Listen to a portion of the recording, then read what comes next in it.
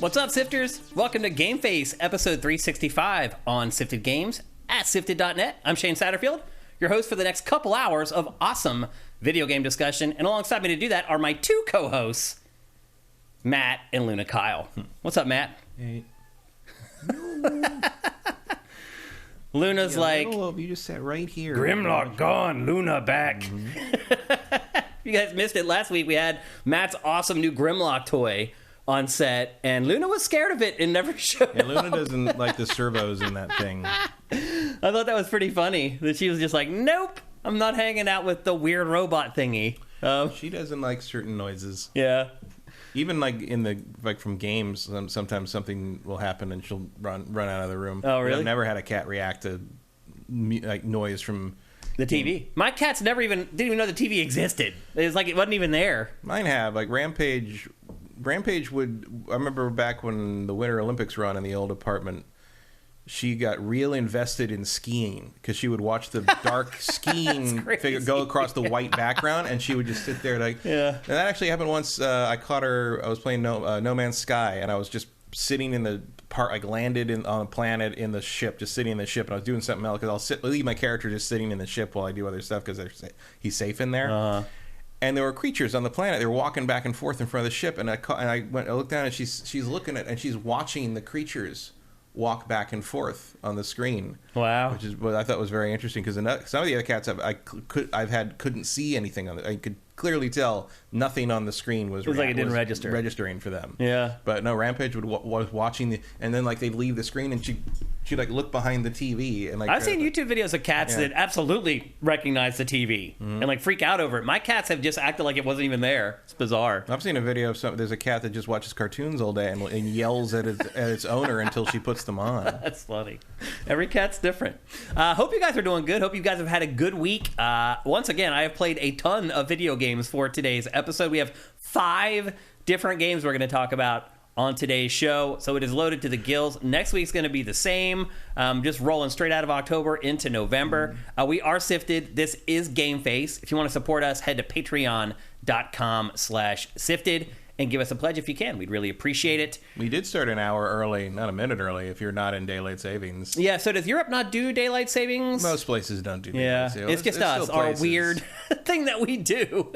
Some places do. I don't remember which ones do and don't. Yeah. But surely there's some places that are like, wait, why are they going at noon? Yeah. Or whatever your time is. Well, I wish I had gotten up. Hawaii and Arizona. Yeah. I wish I had gotten up an hour earlier because today was an insane day. So my Tuesday mornings, as you might imagine, they're mapped out. Every minute is mapped out to get everything done just in time to get here to do the show. And today, my wife went down to get into her car, and all of the antifreeze had drained out of her car. And so that just threw everything into chaos. All the time that I usually have to get ready for the show was gone. I had to take care of my wife, make sure my wife was able to get to work and make a plan to get her back from work later, get her car to the garage. It's just been one of those days. And then I come in here and I'm loading up all the media on the TriCaster, and I open up the folder with all our lower thirds for the show, Matt. And when I first looked, there's only 4 images in the folder. I'm like, that's wrong. There should be 5. And as I'm looking at the folder, 2 more of the images disappear out of the folder. I have never seen that happen in my entire life working on Windows PCs. And I tried everything. I restarted it, unplugged the drive, unplugged it back in. Those images are gone. So we only have lower thirds for the first 2 topics of today's show. I'll have to insert the other lower thirds in post-production after the show is over this evening. So anyway, it's already been a nutty day, and here we are for an awesome episode of GameFace, as I said, with 5 games loaded in. Anything interesting happen to you this week, Matt? No, I mean, the internet died because the house router, the power supply failed. So I had to get a new adapter for that. That's weird. But yeah, a day with no internet. Interesting. That is. That'll change your life. I mean, how did that go? I set my phone up as a hotspot for my laptop, so it wasn't bad, but so you still had kind of internet. All the consoles and everything yelling at me. It's like, there's no connection. What do we do? And I'm just like, I don't know. I just play a fucking game anyway. Yeah. But yeah. Well, a lot of games you can't even play with them without the internet. Like, they need that handshake of like you're connected to the network. Like, I don't have any of those. But yeah. Yeah, you don't play games as a service anymore, or ever really. No, not. I'm trying to remember the last one of those I played voluntarily was. Might have been Avengers. Avengers. There was that third-person shooter that you played, right, from Square Enix. That was actually a couple years ago now, though. Yeah, it has been a while. Yeah, I mean, Exoprimal, I guess. Yeah, yeah. It's not like I did that. I didn't do that on purpose, right? You know? Something I wanted to play. It goes way back. Yeah. Let's see. Diablo 4. Yeah, Toast 9 is right. Diablo 4 is the last. Oh, that's right. I guess that would be considered a game as a service. Yeah, you have to be online. Yeah, always online. It's something that we didn't have to deal with back in the early aughts. Let's check in on you guys. See what Europe did the daylight savings thing 2 weeks ago, they say. Which is always surprising me a little bit because that daylight savings is so stupid. It seems like something only Americans would do. Mm-hmm. But other people are just as dumb as us, apparently. Just on that, yeah. They won't use miles, but they will still do this stupid time change. Yeah. For some reason, I'm not getting our chat to come through the TriCaster today. I'm not sure why. It's a little weird. Let me exit out of it and try to reopen it again and see if it works second time. Just 1 second, people. Sorry about that. Want to make sure we can get you guys into the show. There you are. I don't know what's going on with that. Little finicky. This stuff all runs through networking, which is a little... Mm-hmm. It's like new technology, so it doesn't always work the way it's supposed to. But now you guys are here. Let's take a look at what you guys are saying on this awesome Tuesday morning. J. Reed Vic 7 says, even a lot of the single-player experiences can get wonky without an internet connection, like Hitman, Mortal Kombat, etc. Yeah, it's true. Yep, there's no doubt about it. U.S. was set to remove daylight savings time in 2027, last I heard, from Caleb Faruqi. We voted for that, but I don't. The argument continues to go back and forth about which time to stay with. Mm-hmm. There's like the argument that's like if you go, most people wanted to stay with like the summer hours so that it doesn't get dark as early in the winter. But then there's people that's like, well, if you're in Montana, then that means in December the sun doesn't rise until 9 in the morning. Mm-hmm. Oh, well. Yeah. Like, I mean, that is a little weird, but... Sure, it's weird, but it's also like you go far enough up, you go far enough north or far enough south, that's what happened, you know? Yeah. Like, Sweden deals with it even worse. Yeah. It's just, okay, and they're like, oh, it's dangerous. Iceland. It's dangerous to drive home from work in the dark. Yeah. Or like, children... Pick your poison, basically. Yeah. Children have to go to school in the dark. Okay, like... Yeah, I had to. Yeah, when I was growing up, I went to school in the dark. When I got up in the morning and was waiting for the bus... It was dark out. Yeah, I don't know if you know this, but school tends to start at like 7:45, and it's dark no matter what. Like I had to ride my bike in the fucking pitch blackness this middle school in the uphill both ways, right? Well, with like all of this. I mean, I lived in San Francisco. It was still cold enough to have to wear gloves, or you'd get frostbite. In San Francisco, you could actually do uphill both ways. You could if you took the right streets. Yeah. All right, let's check back in on you guys here and see what's up. Pharaoh Doll says, who even lives in Montana? The sheep will be fine. Eth Demon, what do you think of what's going on with The Escapist? Well, I guess you could have said that for Q&A at the end, but we'll let it slide. I mean, what? So Yahtzee and one other guy are starting a new website? A couple of them left. A bunch of other people got fired. Like they apparently they're doing some kind of pivot in terms of direction, but it's like most people were like, The Escapist still exists? Like, the only thing they had was zero punctuation. Yeah. And that's, Yahtzee doesn't own zero punctuation. They do. But it's not like you can do it without him. But he can't do it anymore. I'll have to rename it. You have to rename it. He still does his shtick. But it's not, but it's not like Escapist can just replace him. No, I mean, they'll just kill the show. Yeah. I mean, are they even sticking around, Escapist? They seem to be. They are. In some form. Oh, and then there was another show, I guess it was gaining a little traction, called Cold Take. But I don't know what that is. Some of their content lately, we've curated more of it lately. I feel like their content actually had kind of turned a corner. Was better. Did. For the last few years, they had a different team that really sort of turned a corner from the old team was sort of terrible, both in terms of quality and in terms of like supporting Gamergate, which Yahtzee seemed to more or less stay out of. But like, I mean, The Escapist has always been a weird. This has been a little bit of a weird. I've never quite understood what it is.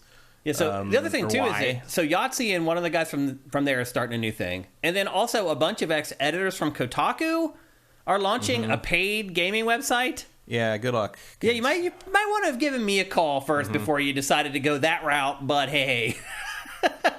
Good luck. That's all I can say. Maybe talk to Brandon Jones about that too. Right. It's like it doesn't go well over time. Yeah, it's hard. It really is hard. And if you're just creating content on Patreon, if you quit, you have nothing. Yeah, nothing to sell. Well, also it's like if you, I don't know, like there's Easy Allies made more sense, I guess, in terms of where they were coming from and the fan base they had. It's like I don't feel like Kotaku has enough people behind it in terms of like loyal fan base to really make They're hoping that their fans on Kotaku leave. Right, but it's like who's go to them. a Kotaku fan anymore? Yeah. But every time you mention Kotaku, people just complain about it. And Polygon, for whatever reason, people seem to target both those outlets for whatever reason. Yeah, well, some of it's just like, Polygon's always sort of had a pretentious vibe to it that people never liked, which I get. Like, they've gotten better, but remember early on some of that Polygon stuff was just insufferable. Here's what's crazy about Polygon. They still have no video content. Yeah. What the F? They're still here. That is so crazy that they have no video content. In 2023, all their content is written content. Lean organization. Really bizarre. But those people who are still there, even in the lean, they should be making video. That's how you make money. Anyway. Or it's how you expand production budgets and fold. Yeah. So. Well, if you know what you're doing, hopefully you don't fold. But yeah, but no one. I mean, imagine the PR push and the brand reinvention you'd have to do to make people aware that there's video on Polygon now. Yeah. So it's been so long. Yeah. Not having video is one of their only remaining unique hallmarks. selling propositions. Yeah. It's funny. Let's check back in with you guys before we get going into the housekeeping. Caleb Faruqi, thank you for Twitch Prime. That's awesome. Yeah, Pain of Demise, thank you.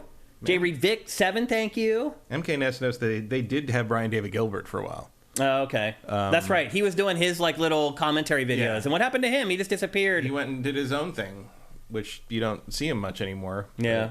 Gohan Rage, thank you for Twitch Prime as Honestly, well. that dude is talented and skilled enough that he can do whatever the hell he wants. And maybe he doesn't want to do public-facing stuff. Or maybe he just wants to get out of games because he can see, if he is smart, he can see the writing on the wall. Well, he's good enough to do actual normal comedy. Right. Or, I mean, I think live stage is his real passion. I mean, he's talented. He can do a bunch of stuff. Yeah.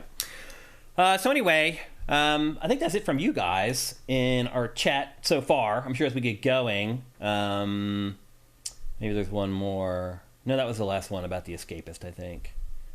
Mellow Pintor, thank you for gifting a Tier 1 sub. That's awesome. Commander Fett, thank you for Twitch Prime. What else we got?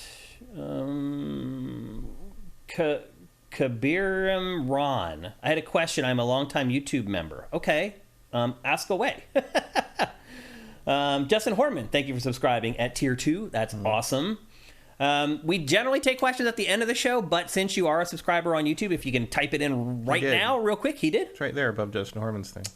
Okay. Since NVIDIA DLSS and ray tracing tech is proven superior to the AMD FSR tech in current consoles, would you have been okay with having a current-gen console which is more powerful and efficient and giving up backwards compatibility? Yes.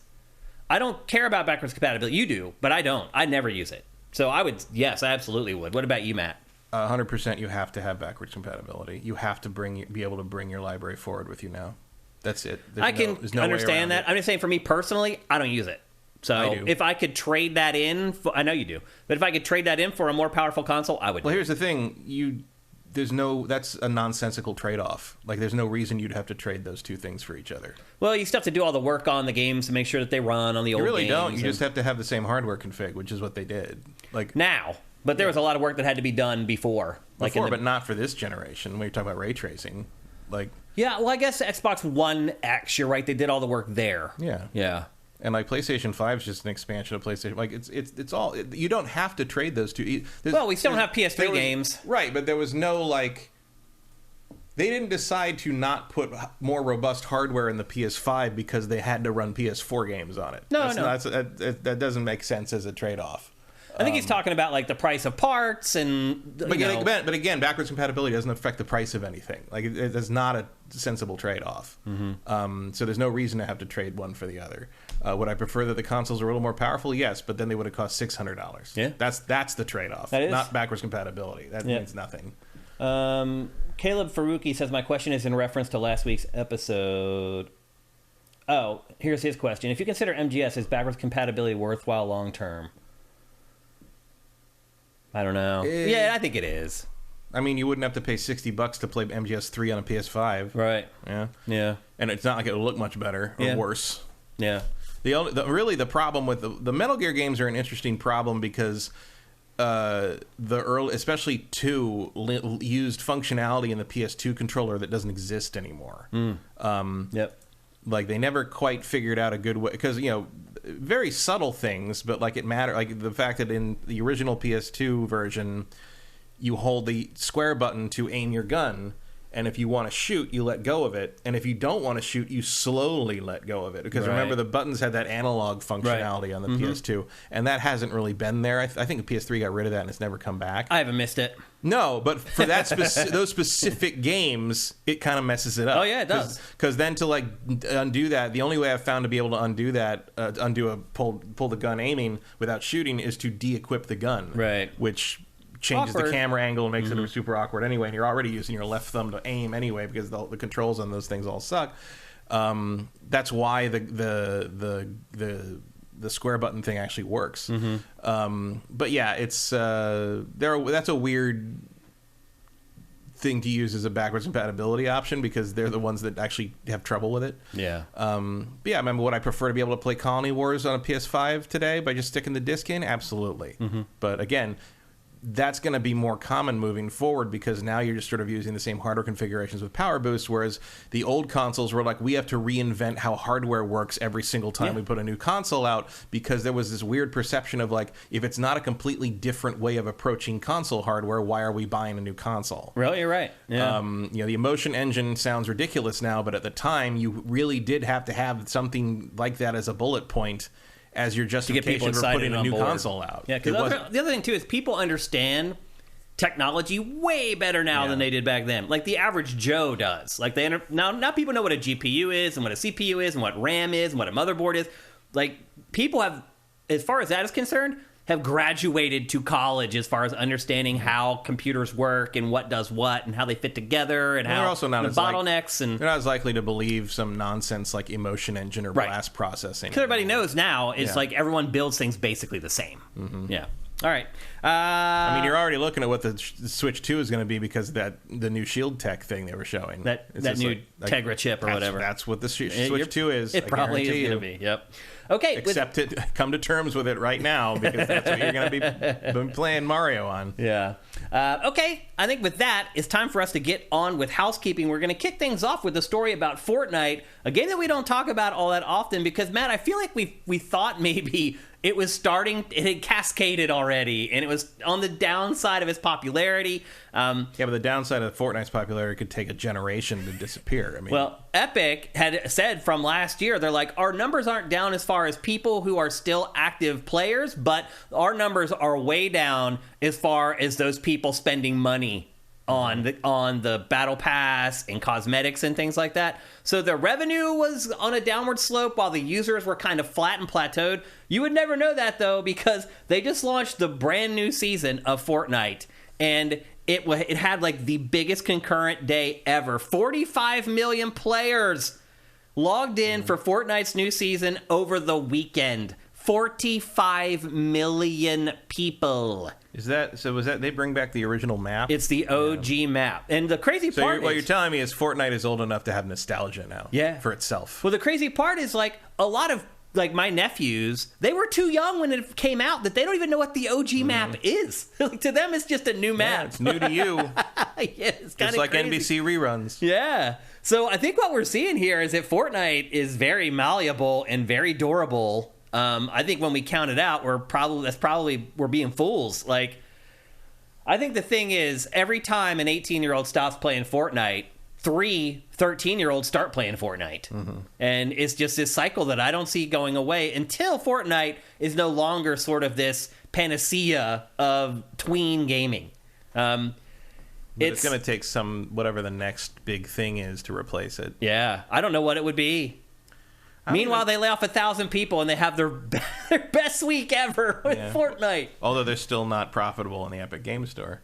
The Epic Game Store isn't profitable. Yeah. But when you're giving away $500 million worth of games a year, you're kind of putting yourself behind the 8 ball as far as turning a profit there. But you're right. Epic Game Store still not making money. Fortnite making money hand over fist, somewhere in between there. I'll tell you what they should do if they want to make revenue again on Fortnite is start bringing back the old skins to purchase. Right. The ones that they say that, like, once they're gone, they're gone. Because that's ridiculous. There's plenty of kids, just like you say, there's kids that weren't old enough. Like, really, like some kid who wasn't old enough or his parents didn't think that he was old enough to play this game, he never gets to play as Spider-Man. Right. Because he missed that week. Yeah. Like, that's fucked up. It is dumb. But the problem is that I wouldn't say swindle, but you're motivating people to get those with the idea that once they're gone, they're gone. But if you're not going to bring them back for sale until like years later, that's still an incentive. Oh, yeah. Like, you want to play Spider-Man between now and like 2027, you got to earn it right now. But back then, we might sell it for $10. Maybe when you launch a skin, you tell them how long it's going to be exclusive to the Battle Pass. So, say you get 3 years. That seems fair. Yeah. And maybe only put it up for sale real fast. Right. When you really like need a flash near sale the end of a quarter when you need a revenue boost. Yeah, we need a bump. Yeah. I think it would work. Oh, it absolutely would work. Absolutely. Particularly with some of the skins you're talking, like Spider-Man. Some of the superhero skins that kids can't get now. Oh, yeah. I mean, it's still leveraging, like, FOMO in the way that, like, we think microtransactions are scummy for doing. But I'm just saying, you're in for a penny, in for a pound on this thing. That's what Fortnite does. So. Yeah. It is kind of crazy when I look back. It's like I try to think. At least this adds some kind of value to the consumer in that they can get the things that they missed. Yeah. When I think back across like all the decades of gaming that we've covered, there aren't many games that are big hits that I never get into. But this is one of them. I've never really enjoyed Fortnite. I play it and I don't hate it or anything, but I'm just like, I'd rather just play something else. There's that. Minecraft I never really got into. I don't remember the last time a game was a giant hit that I did get into it. That you did get into it? Most of the big, all-encompassing games, I don't care about this. I don't care about PUBG. I don't care about COD. I don't care about Minecraft. I didn't care about Angry Birds. I didn't care. The last time I was on the cutting edge of the thing that's super popular is probably Modern Warfare II. Or Bloodborne, Dark Souls. Those aren't the critical mass that these things. Everybody. No, you're right. Parents of people that have never. Parents of people who play games who have never played games themselves know what these things are. They don't know what Bloodborne is. No, you're right. The big. Top thing. Elden Ring maybe is a good comparison, though. It was a sensation, but it's also not really discussed, is it? Not like anymore. You don't see CNN doesn't talk about Elden Ring. They do talk about Fortnite. Yeah, it's not on the same scale. Yeah. So, rumors of Fortnite's demise were wrong. It is. Good point, EN. Mario Kart. Not into Mario Kart. Yeah. That's one of the biggest things ever. Yeah. Although, is it? I mean, it's big, but it's like I never felt like there was just one. Every single child I know with a Switch plays Mario Kart. Yeah, that's a stand. I mean, it's almost. It sold another 4 million copies in the last quarter, Matt. I think that has to be the highest attach rate to the Switch, right? At this point, I think so. Tears of the Kingdom. Tears of the Kingdom has already sold almost 20 million units. I mean, I think what did Breath of the Wild end up getting to? Like 28 or something, or maybe I got to 40. Now that I think about it, I can't remember. But anyway, 20 million already for Tears of the Kingdom. That is freaking huge. What is Caleb Faruqi talking about? I was definitely on point with Spider-Man 2 prediction. Matt was on point with his Spider-Man 2 prediction. I'm not sure what prediction that was. I don't know what that. I don't know. I mean, I'm sure I was, but I don't know which one you're talking about. Yeah. All right. Next. Anyway, if you guys think Fortnite's going away, it's not. It is bigger than ever. It's still making money hand over fist, and they still just laid off 1,000 employees. I did say it was going to be a good game. I was correct. Yes. That was a brave prediction there, Kyle. Bold. You really went out on a limb on that Going off of merely 25 years of Insomniac's track record. Yep, bold predictions. So anyway, Fortnite is not going away. It is just becoming stronger. Next up, BlizzCon was this weekend. Did you check out any of the festivities? Not that you'd notice. Yeah. I saw that they announced 3 expansions for World of Warcraft. They did, yeah. And that Cataclysm's coming to World of WoW Classic, which seems like the opposite of what you do. It feels like Classic exists to play World of Warcraft pre-Cataclysm, so I don't really understand what the purpose of that is. People were pretty pissed off. They felt like they were being trolled, basically. Well, which I can understand it. Yeah. What else is WoW Classic if not before we ruined the map with Cataclysm? Because I'll tell you, I mean, I never got super into World of Warcraft, but I played. Our group at G4 started playing because Morgan demanded it. She basically pointed at a bunch of us. We're all playing World of Warcraft starting this weekend. Get an account, and we're going. Okay. When Morgan said so, you did it. Yeah. So we did. We played the whole thing. It was right it was right when end of Burning Crusade, like right as Wrath of the Lich King came out, and we played that like to hell and back, like everything. We did everything. Is that we max level rating, the whole thing. One of the guys in the group got obscenely good at playing the auction house. So like we had more money than we could know what to do with, and like it was fun. And then Cataclysm came out, and we played two days, and everybody quit. That was it. It was the end of it. That is not surprising. And I was disappointed because I wanted to play a Worgen. I had a Worgen named Worgen Meb. That I got permission from Morgan to. I'm like, is it okay if I call my Worgen that? And she's like, yes, that's fine. So I had a Worgen named Worgen Meb that I was very excited to play, but then like I just hated it. And not the Worgen. Oh, I hate World of Warcraft. But I hated I've tried it twice. Cataclysm. Cataclysm ruined everything. I just hate World of Warcraft. It's not my MMOs. Not for me at all. No, well, as I've said many times, like the problem I have with MMOs is. They're filling bars. You're just filling. Like I have never played an MMO that I thought was fun. Me either. As a game, yeah. The closest is Final Fantasy 14. The combat in that played at all. The combat in that is it's not real time really, but you're lining things up in queues enough that it kind of feels like you're doing combos, and you can play with a controller. And the world is interesting to explore. Like it's an interesting place to be. For the most part. So that's the closest I think an MMO has gotten to being a fun game to me. Yeah. Actually, no, I would also say Earth Above and Beyond, which no one remembers. I've never even heard of that. That was the spaceship MMO from like 2001 that EA put out. Remember that? I don't remember it, no. It was only around for like a year, and it was actually built on the Command & Conquer Renegade engine. But I played that game in the game. I didn't have a gaming PC yet because I was a young child who had just started working at Tech TV. But I played that in the game lab after work for like months. Wow! I maxed the whole thing out. It must have happened before I got there. It was like months. I wasn't even full time yet. Yeah. I would just go into freelance, and after I was done, I'd just play Earth and Beyond when everyone else went home. Yeah. And like, I love that game absolutely to death, and I probably wouldn't like it now. But like, there's only a couple that I've really gotten into. Well, what you guys have been seeing for the last couple of minutes is one of those 3 expansions Matt was talking about. This is World of Warcraft. The War Within. It will be the 10th expansion for World of Warcraft, 10th major expansion, and it's coming in 2024. They haven't announced the date yet. Did you think back then when you were creating that Morgan character that World of Warcraft would still be going in 2023, announcing 3 new expansions, and like there'd be World of Warcraft Classic? And it wasn't really on my mind. Yeah, you just didn't want to play it anymore. AJ the Legend Watson brings up City of Heroes as a fun game. I like City of Heroes. That was a pretty fun MMO to play. I would argue that's probably my top 5 most played MMOs. City of Heroes is good. City of Heroes took a hit from me because it was the game I was playing when one of my cats died. No. Like I was playing it and I noticed he was gone, and I went to find, because he'd been to the vet and he had not been having a good time, and I went to find him, and he'd basically gone under the sink to die. Yeah. And I had to take him in and do it. So, and I will always remember I was playing City of Heroes when you when that associate happened. things with moments like that in life. That's just human nature. Just that's how it goes. Yeah. But yeah, City of Heroes was good. Like City of Villains was even better. Like it was cool how they integrated them and it all kind of worked together. The Mastermind is actually one of my favorite MMO classes of all time. I thought it was a very well done thing.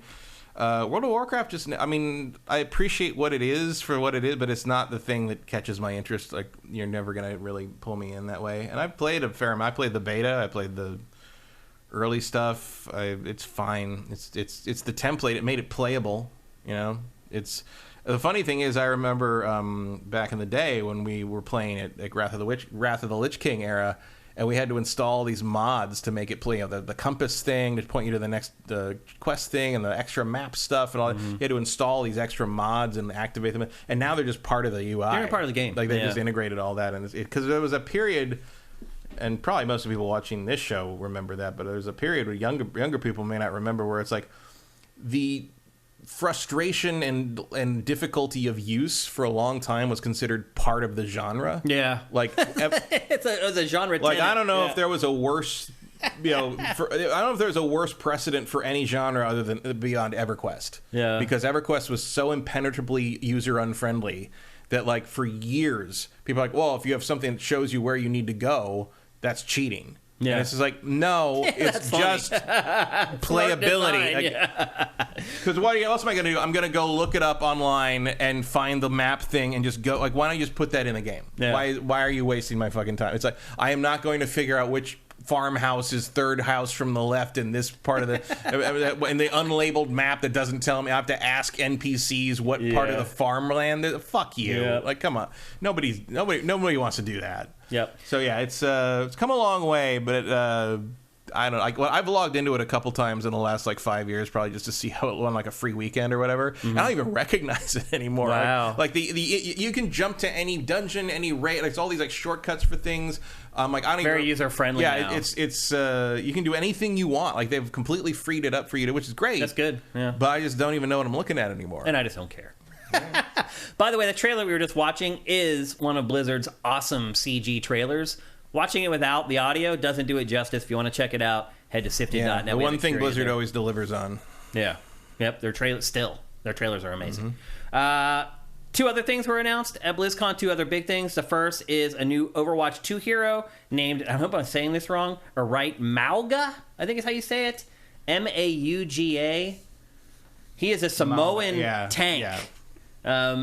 And he was available for the weekend. You could test him out if you wanted to. And now he's gone. And I don't think he comes back now until like December 7th or December 14th or something like that. Do you ever play tanks in games, Matt? No. Me either. Not well, for two reasons. First, I don't find that a very interesting gameplay mechanic. And two, being a tank inherently requires other people to do the work. And I don't trust anyone else to do that. That's funny. Well, he is a tank. And as I said, he was available to try out this weekend. He'll be permanently a part of the game beginning on December 7th, I believe it is. And they also announced another new character for Overwatch 2, and it is the first ever non-binary character in any Overwatch 1 or 2, and it's a damage hero named Venture. Now, they put out a very quick snippet of gameplay from that, and that's it. They have not released a trailer yet for that character, but that character is not added to the game until next year. So they basically announced two brand new characters for Overwatch 2. One of them's coming soon. The other one is coming next year. And then the final thing that they announced at BlizzCon is the first major expansion to Diablo 4, which is Diablo 4 Vessel of Hatred. And this one they did share a date for. It is coming in late 2024. So Q4, holiday season, around there. Halloween, probably. That seems like a long time for the first expansion from the game's initial release. Maybe. I mean, they've probably been delayed a bit by having to unbreak the game they've broken at least once. Yeah. It seemed to take them a while to find their feet on how to balance it and what the community wanted from the game. Mm-hmm. So I'm sure that didn't help. But so I would guess maybe the original plan was to put this out a year after the game came out. Yeah. And now they kind of lost some time on that. Yeah, they've definitely stumbled a little bit post-launch. There's no doubt about it. And you're right, they've had to hustle and try to fix things and make amends for the game in a lot of ways with the fans, which is funny because for me personally, it's like I finished a campaign and I was like, okay, I'm good. But for most Diablo players, that's just the beginning. So I think for more casual folks like me, you're like, what's the big deal? Like, I played through Diablo 4. I thought it was great. I had a good time. But for the real fans, that's not how it works. The endgame loot grind is what we're doing. And whatever they did recently changed it, so it's like basically a giant like rainbow of loot everywhere. Like, everybody seems pretty happy with the most recent change. So maybe they finally figured it out. Yeah. Also, that DLC might be gigantic. Like, we don't know. Yeah, I mean, I'm guessing it will be. Yeah. I mean, I'm expecting it to be. And the game was pretty. I mean, even if the DLC is just the equivalent of like one or two of the maps from area, the regions in the main game, that's a giant piece of DLC. Well, I mean, it's funny, like I said, real fans of Diablo, they finished the campaign and they're just getting started. I mean, it took me like 30 hours to finish the campaign. Like, it wasn't like it was just like a 5-hour thing. Like, I think for most people that bought Diablo 4, even if they're not hardcore fans, they got their money's worth. Sure, but like the hardcore fans, to them, it's basically a lifestyle game. So yeah. So anyway, those are the big updates from BlizzCon 2023. I'm just glad to see that this stuff is happening again, Matt, that we're having these in-person conventions again, and like everything's back to normal. Like, really, at this point, the only thing left to come back in full is E3. Well, that's never happened. I mean, that's not happening. So it's good to see life getting back to normal, the games industry getting back to normal, fans being able to go to fan fests like BlizzCon again. That's a little hard for me to swallow, having just had COVID 2 months ago. It's not gone. Well, no, it's definitely not gone. But these events are happening as if nothing ever happened. I went to the Directors Guild last night and saw the first episode of Monarch. They were the Godzilla spin-off Apple TV series that they're showing it there, and I'm like, oh, what the hell? Yeah. It's pretty good. But there's a scene where one of the characters is in Tokyo, and they have a kaiju, a Godzilla warning, and everybody has to run into these Godzilla shelters. It's actually very cool. Like when you're driving through Tokyo, and it's parts of Tokyo I recognize, but there's these giant signs with Godzilla and like arrows because like there's it's like a Fallout shelter. Yeah, there's basically a shelter system in place for a kaiju attack now.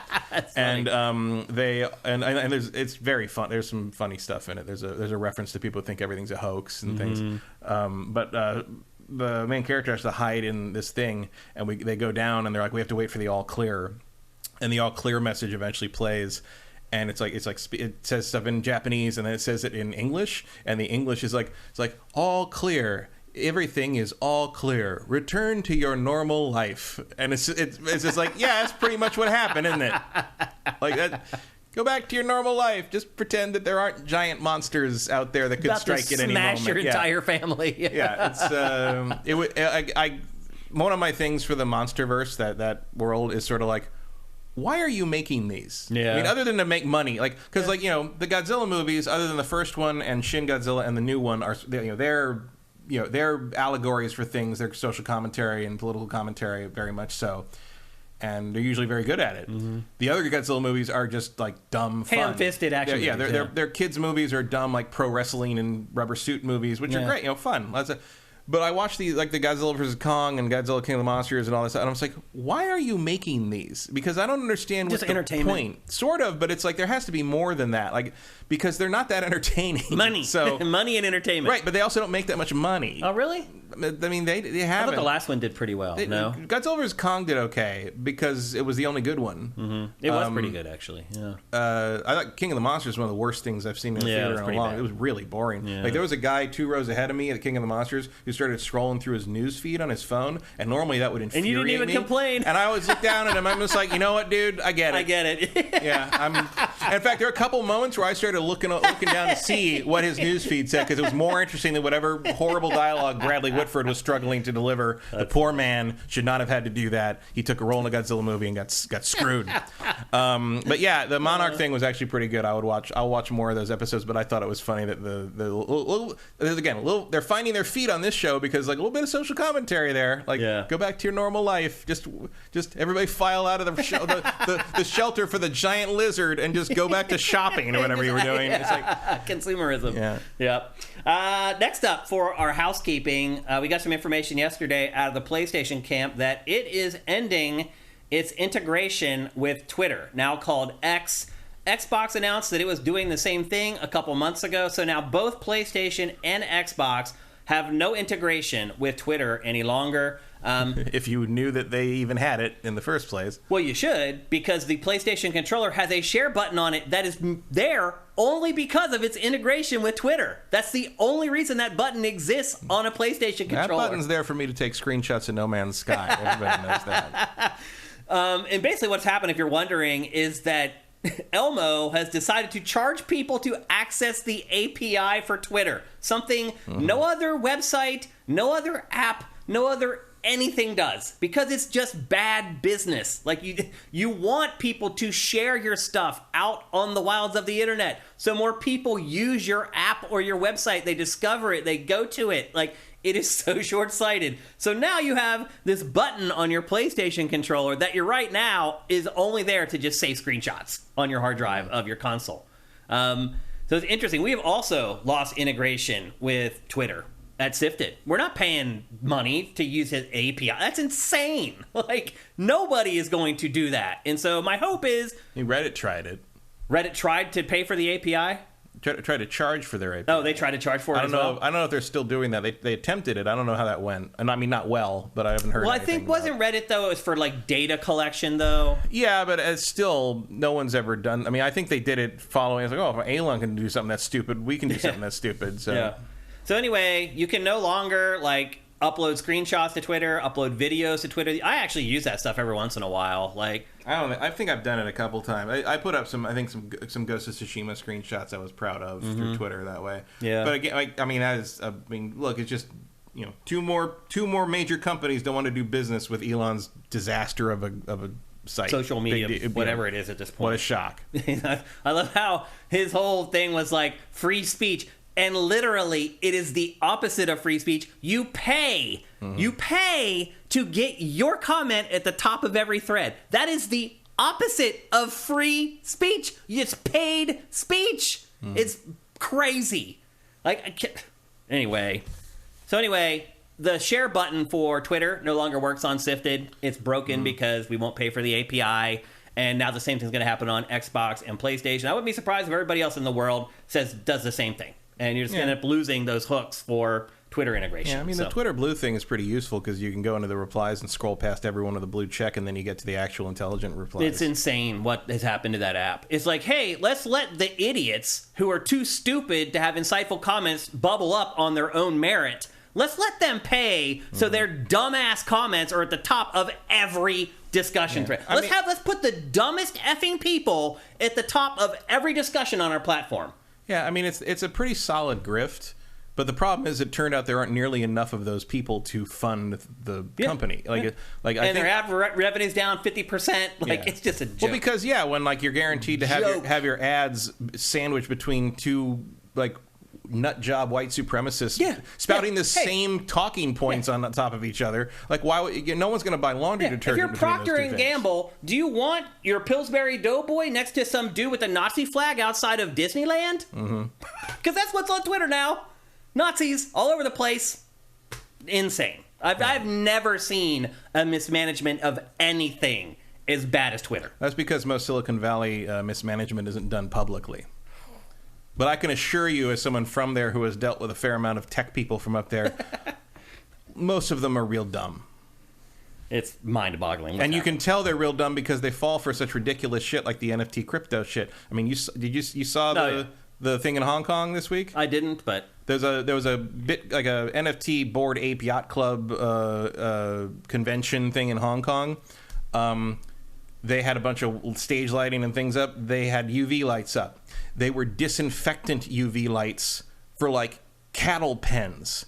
So all these people the next day were like, why do my eyes hurt? They sunburned everyone's corneas with industrial disinfectant UV lights used as decoration because these people don't know shit about how anything works. Nope.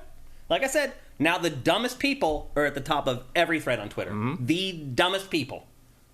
Because first of all, paying $8 a month to use a free app, dumb. Period. Anyway, if you want to hear something else dumb, the next story is equally stupid, but this one is from Japan. Capcom said this week that it believes that PC mods are no different than cheating. I mean, they're right if the mod is a cheat. But if you're just making Chun-Li appear naked, you're kind of just a loser. Well, you're not cheating, you're just pathetic. But here's the thing, Matt. Is there any such thing as cheating in a single-player game?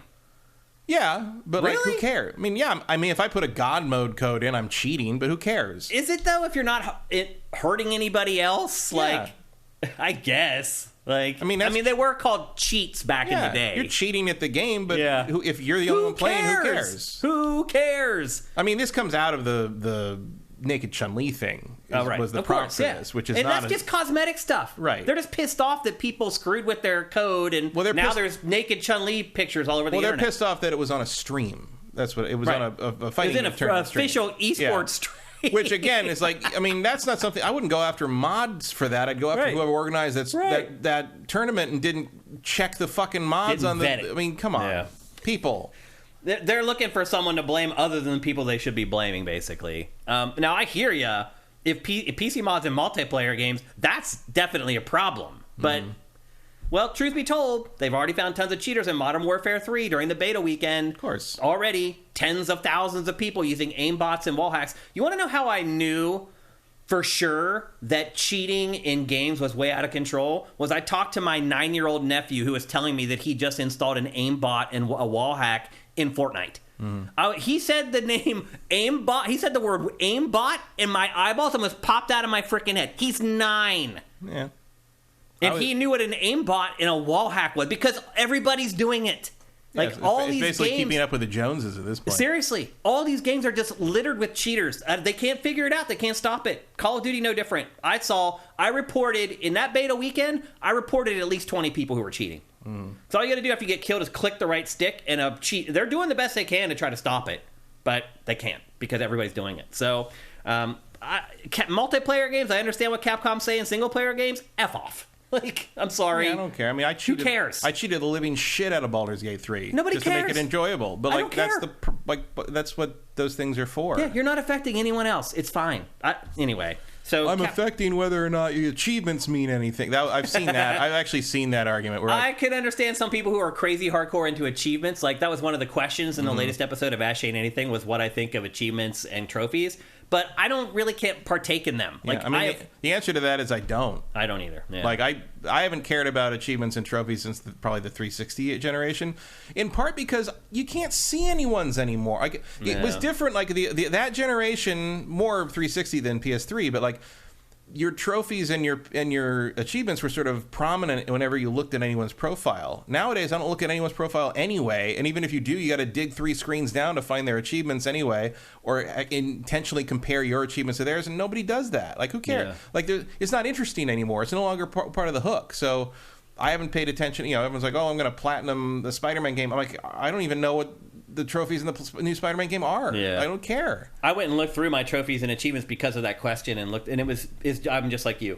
360 era, tons of thousands out of 1,000. Like, I used to do everything. Yeah. I go cold on Xbox for like 6 years, and all my achievements and all my trophies then are on PlayStation, and now it's kind of split down the middle for this generation. I'm kind of getting equal achievements on both of them, but anyway. I just don't care. It's cool. When one pops up, I'm like, oh, cool. And it's always interesting to me to see which achievements are rare. Like, that was a good addition where it's like you can see like, oh, this one's less than 4%. It's, I mean, not that I care and like, oh, I have so many rare achievements. It's more like it's interesting to me to see which stuff people don't do. Yeah, it's so like as a metric, it's an interesting little thing. But like overall, do I go out of my way to get all the achievements for anything? Not for a decade now. I don't even have the graphics turned on anymore. They don't even pop because I record B-roll and I don't want the things popping up in the B-roll. So I don't even know when they happen. I do leave them on, but there are moments like the rare achievement pop up on Xbox takes so fucking long to go away. I'm like, there's moments where I'm like, I'm trying to play here, dude. You're in front of the subtitle. I can't pick the dialogue choices if you're doing that. Yeah.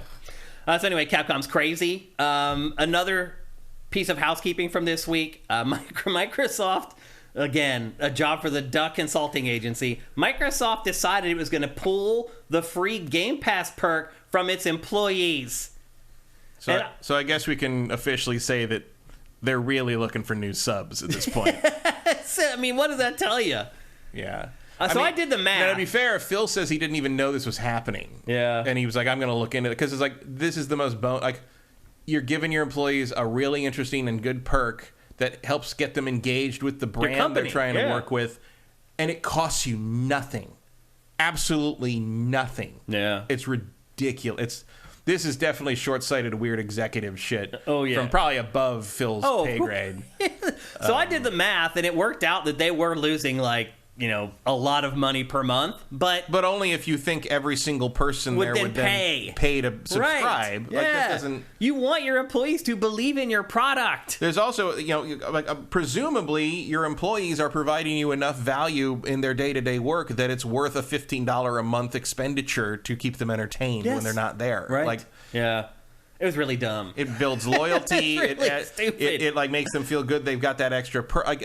There's no downside to keeping this in place for the employee. It's ridiculous because it costs them nothing. It's nothing. Nothing. Like Pac figured out like the server costs or whatever, and he's like, it costs like 4 cents per hour to stream stuff on xCloud. Like, It costs you Completely nothing. ridiculous. Yeah. So I don't know what Microsoft was thinking, but it did reverse course and decide it was a terrible idea. And so now its employees will continue to get Game Pass in perpetuity. even G4 paid for our parking. Right. You know, like, That's come right. on. If G4 can afford to pay for that, then come on.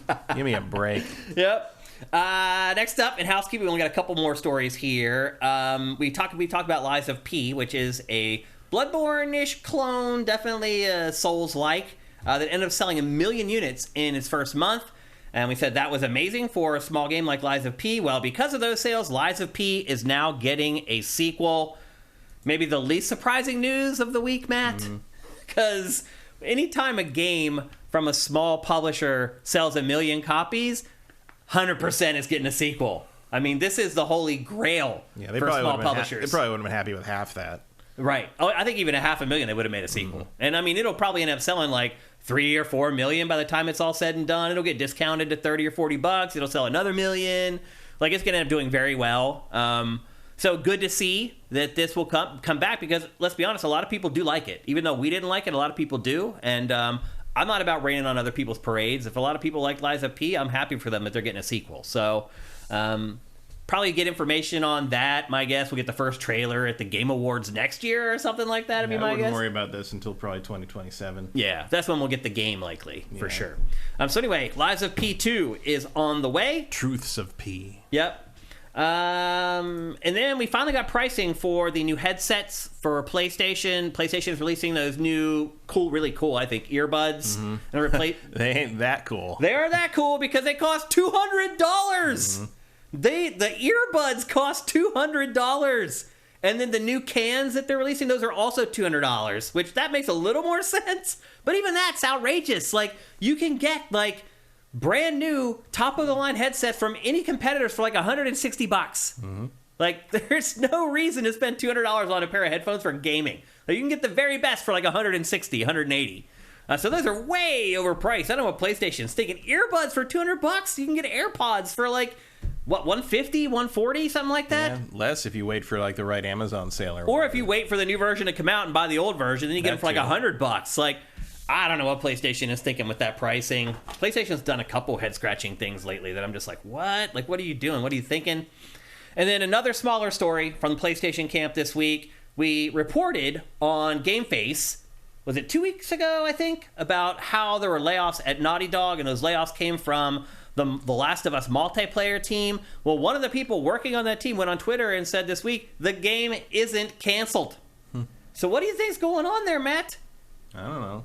Readjustments of some kind. Do you think it's so far along that they were able to cut staff down to the core to finish it off? Like, maybe. It seems crazy to me. I don't know enough about... I mean, it doesn't seem crazy to me. It seems like we just don't know something. Do you think it's weird that Naughty Dog or Sony didn't come out and say something instead of this rogue employee? That seems a little weird. I mean, odds are the company is bound by the same NDAs, and this employee just doesn't care. You think this guy will get fired? The guy who announced this? Might. He might. For saying something that a lot of people were relieved by. But you're right. If you can't keep your mouth shut... Especially a Naughty Dog. It is crazy. If Neil Druckmann thinks you might leak the next plot point to Last of Us Part 3, yeah, you're out. He doesn't trust you. Yeah, it's true. It is crazy how secretive the games industry is compared to every other entertainment industry. It depends. Like I've learned a little. You know, it's there's a lot of secrecy in the board game industry because everyone's afraid that someone will beat them to the punch with some new mechanic, copy the ideas. Because especially like games that take years to make. Movies, there's a lot of secrecy on that. We're getting a Ghostbusters Afterlife 2 trailer tomorrow. We don't even know the title of that movie. Really? Nobody knows anything about that movie. It was supposed to come out in December, but it's not. Like generally we do know more about usually films from and leaks, games. but that's from like leaks and set pictures from not outside of things. Yeah, official stuff is pretty tightly controlled, and even more tightly controlled now that the strike is still on. The other thing about that Monarch thing was in that show, I don't know if you know, but Kurt Russell and his son play the same character at different ages. No, I didn't know that, actually. His son Wyatt is That's like him in cool. 1959, and he plays the same character like older. And his son does a dynamite impression of his father. I mean, who doesn't, right? But most of our fathers are not Kurt Russell. Right.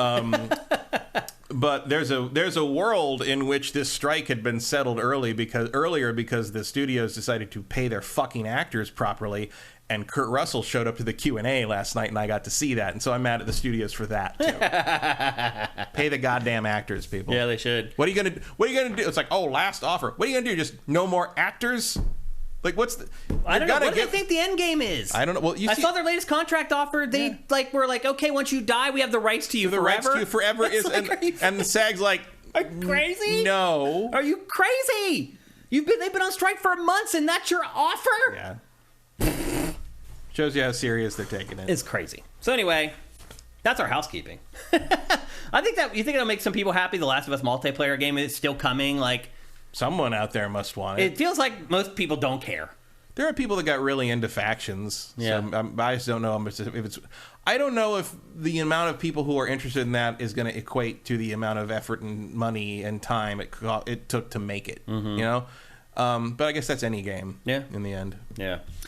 So there you go. That's our housekeeping for GameFace episode 365. We're about to kick off the show proper, and we have 5 games to talk about today. It's going to be fast. That's all I got to say. How much time we got? Oh, we're okay. We got 5 games to talk about today. Before we do that, here's a word from our sponsor, LS Cream. LS Cream is a fine cream liqueur created by fellow gamer and sifter Stevens Charles. It's inspired by an ancestral recipe from Haiti called Crémasse, and a double gold winner for its original taste at the New York Wine and Spirit International Competition. LS Cream can be enjoyed on the rocks or as a mixer for drinks with its rich blend of fresh cream and neutral grain spirits with notes of coconut, vanilla, cinnamon, and nutmeg. It's great in coffee or to make espresso martinis. To learn more, discover amazing drink recipes, or to track down your own bottle using a handy store locator, head to creamls.com/sifted. That's creamls.com/sifted. So undoubtedly, Crémasse has become a meme. It's become a sifted meme. You guys have turned it into a meme. You guys I'm waiting for somebody to do like the cutout of Steve's head saying Crémasse. Crémasse with a little word text bubble. That's awesome. I love that you guys have done that. And I'm sure Steve loves it too, because that's the type of stuff that shows that the marketing that they're doing with us is endearing you guys to the product, and that's exactly what you want, and that should definitely make Steve really happy. As the ad says, go to creamls.com/sifted. Try to use that URL if you can. If you head to their website, it's got everything that you need there. It will give you a store locator in your neighborhood. You can figure out where you can walk to get yourself a bottle. There's a store locator for online retail where it can help you order stuff to have delivered to you or to a friend if you want to send a friend a bottle. Everything's right there. Great drink recipes. Steve is an awesome dude. You guys see him in our chat all the time. He's giving you guys subs in our chat every week. Support your fellow gamers. Support your fellow sifters. Support LS Cream at creamls.com/sifted. And with that, it's time to kick off the show proper, and I get to use one of the 2 lower thirds that actually made it onto the hard drive today. We're going to kick off the show talking about the campaign in Call of Duty Modern Warfare 3. Matt, this is... a campaign that's shorter than this show. It's apparently. not. It's not that short. I guess maybe the first thing People have beaten it in less than 3 hours. Really? Yep. I don't know how that's possible. Average time completion is 5. Yeah, that's about how long it took 3, a speedrunner could easily do it in 3. I guess if you didn't watch the cutscenes, the thing about it is there aren't that many cutscenes. I completely gave up on the idea of playing this when I saw the people's reactions to the campaign. That A, it was so short, and B, they hated it. Well, the first thing I'm here to say is that I think the general overarching opinion of the campaign is a little overwrought. I don't think it's as bad as people are saying. Like, it's not a 5 out of 10 is what I'm getting at. I don't know. Using multiplayer maps for single-player stuff is a pretty big red flag. I don't see, but even if that's true... Battlefield used to do that, and it was terrible. Even if that's true, which I'm not 100% sure that it is. It is. They were comparing them. I think they're kind of the same, but they're not exactly the same. Well, you tweak them a little bit, but they're still... they're tile sets. Not tile sets. They're actually terrain is the same. The problem is that there's usually similar environments. Like there's certainly in the old games, like, a lot of the multiplayer maps were taking inspiration from areas Campaign you'd be areas, in the campaign, but they weren't the same place. Yeah. And apparently that is kind of what's happening here. And which is weird because normally, even in the laziest COD campaigns, the single player stuff is pretty crafted, and that doesn't seem to be happening. People were like, that was the big complaint I saw, was like, there's some like custom stuff in the beginning and the end, and the middle is just sort of like running around doing what's almost just like general SWAT stuff. No, the second and third missions are the open world missions. Let me just rewind here. First of all, I don't really care if they lifted the terrain directly from a multiplayer map. If the single player mission is great, I don't care that they copied and pasted. If it's good, right? But apparently it isn't. But it's not. You're right. It's not. And part of the reason for that is probably that they were just sort of plopping single-player content onto a map and not designing it around what they thought the single-player mission should be. I think the problem is that they've never really done open-world missions before. That is a problem. And they just didn't really know how to do it and make it fun. So, well, it's also kind of a weird thing to put in this series. Like, that's not what COD is. The closest thing we've had to it in Call of Duty was in Black Ops 2. There was a couple missions in there that were kind of open-ended in open areas. Like at most, I think you'd want to do something that was sort of like a God of War style thing. Smallish but open-ish places where you have different things to go do in locations. Yeah. These open-world missions, they really do just plop you down into a big open area, and then they just load it up with like weapon loadouts, weapons, kill streaks, gadgets. There's just stuff everywhere. Like, I walked around one mission, Matt, carrying a turret. So I would just put it down. It would wipe out everybody in the area. I'd pick it up. I'd walk with it another 100 yards. I'd put it back down. And I'll be honest with you, that was kind of fun. It's a different way to play Call of Duty. They overload it, though. The real problem for me with the open world missions in this is that they were just way too easy. They gave you, like, the whole kit and caboodle. Like, the best kill streaks. Like, the best armaments. The best guns. And then you just go out and just slaughter, basically. Like, there's no tension in any of them. Like, the first one that you play is, like, in the shipping yard. It is literally just flat ground with a bunch of shipping containers. That's it. Like, that's the whole environment, is shipping containers loaded up with these caches of weapons and grenades and kill streaks and things like that.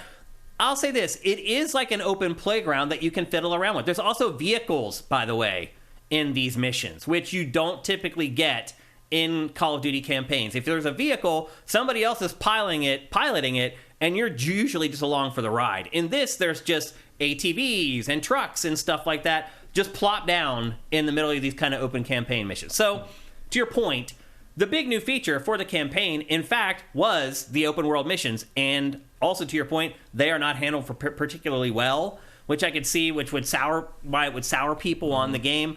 But I would also argue that, like, the more curated, more linear missions in this just aren't really great either, Matt. Like, there's no moments in this that I really remember where I'm like, oh, remember when the whole world was crumbling down all around me and I was running as fast as I could and I barely got out of this hole in the wall before it collapsed. Like, there aren't moments like that in this. It's very subdued for some reason. They try to place an emphasis on the all-stars of Call of Duty, basically. So you have Task Force 141 with Soap McTavish and John Price and Ghost, and they're now like the crew for Call of Duty campaigns. Well, I also saw one of the pivotal moments with Soap that is same as the one from the old one.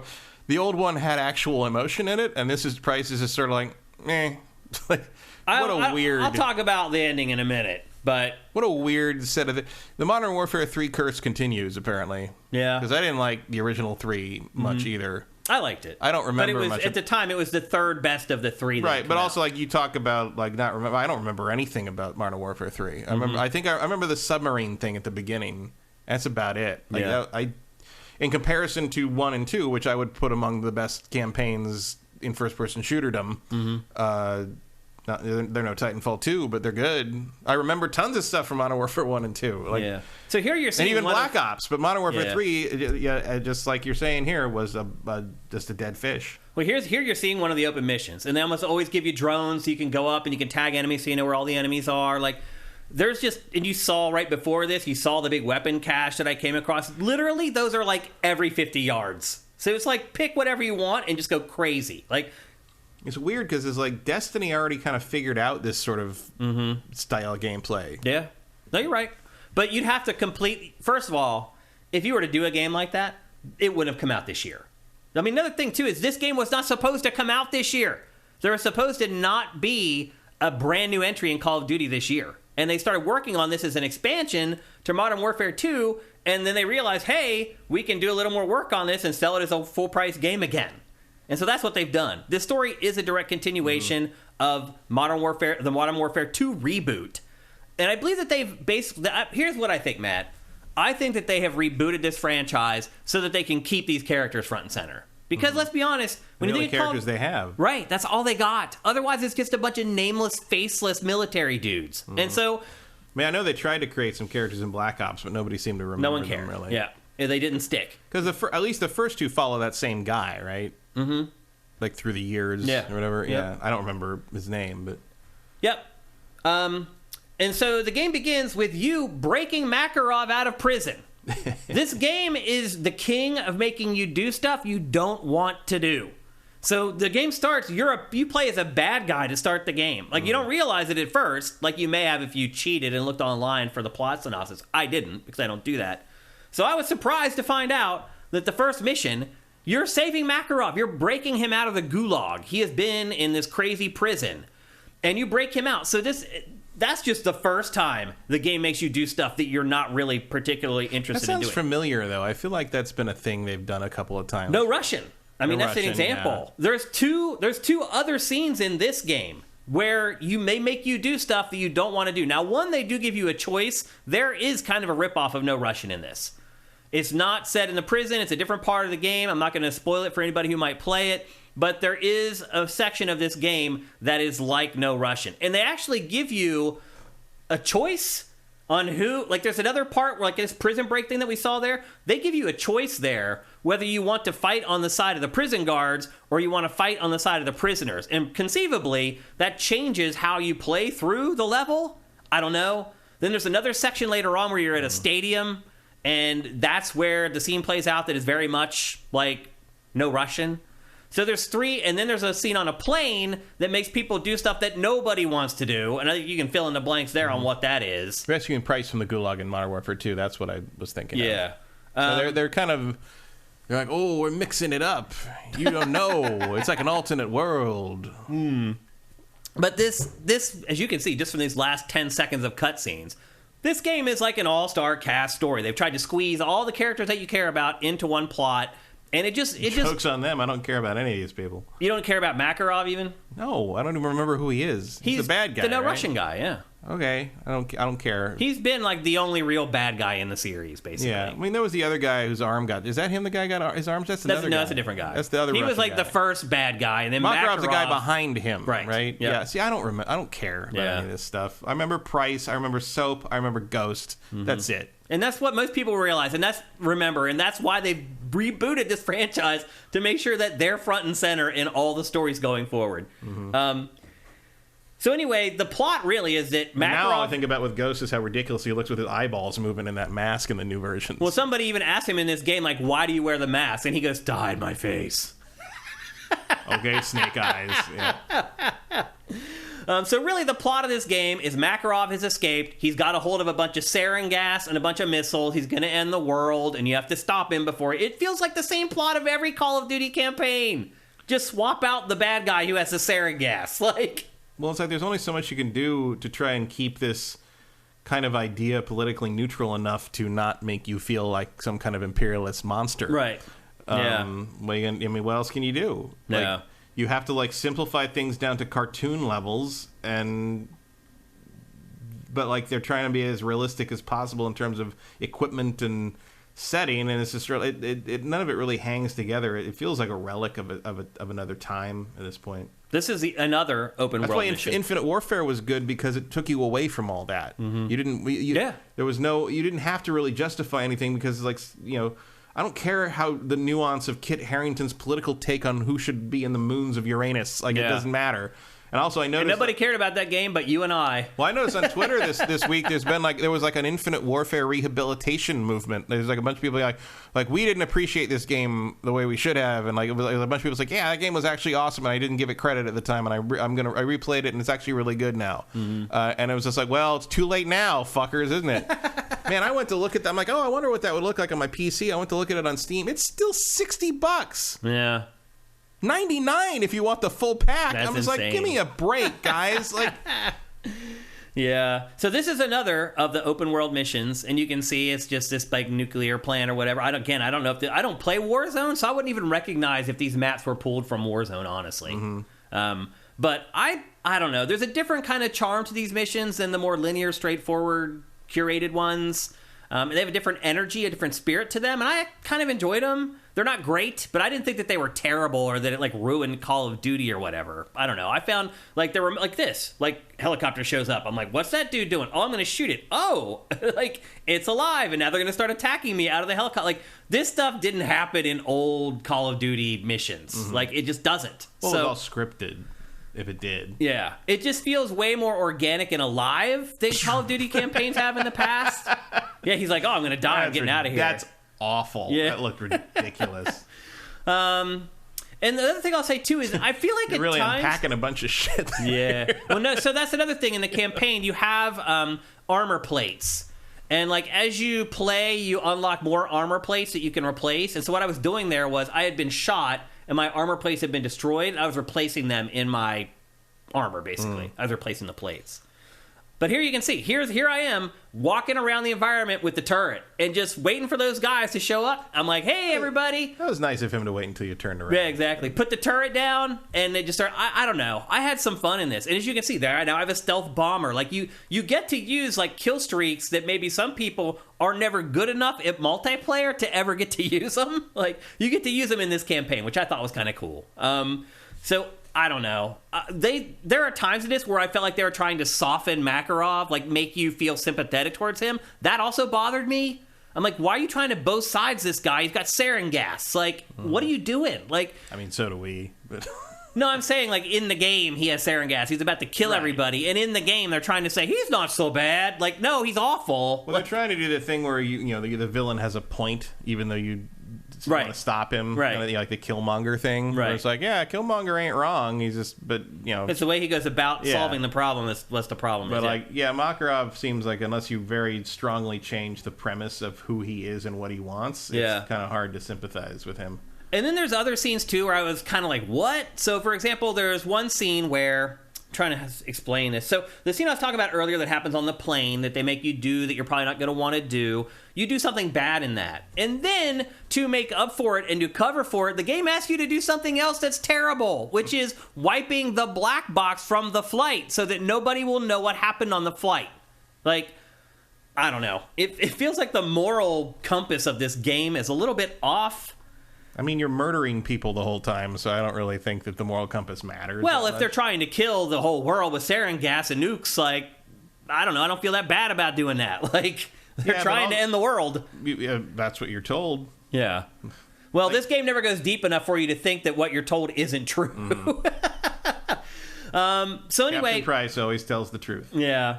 So when you do get to like the more curated levels, like there aren't as many set pieces as you would expect from typical Call of Duty games. It's really more of a straightforward experience. Like I can't think of like many iconic moments or moments where I'm just like in awe of what's happening around me. Like there aren't many of those in the campaign. There's not even like a crazy chase sequence, which is in every Call of Duty or in every action game.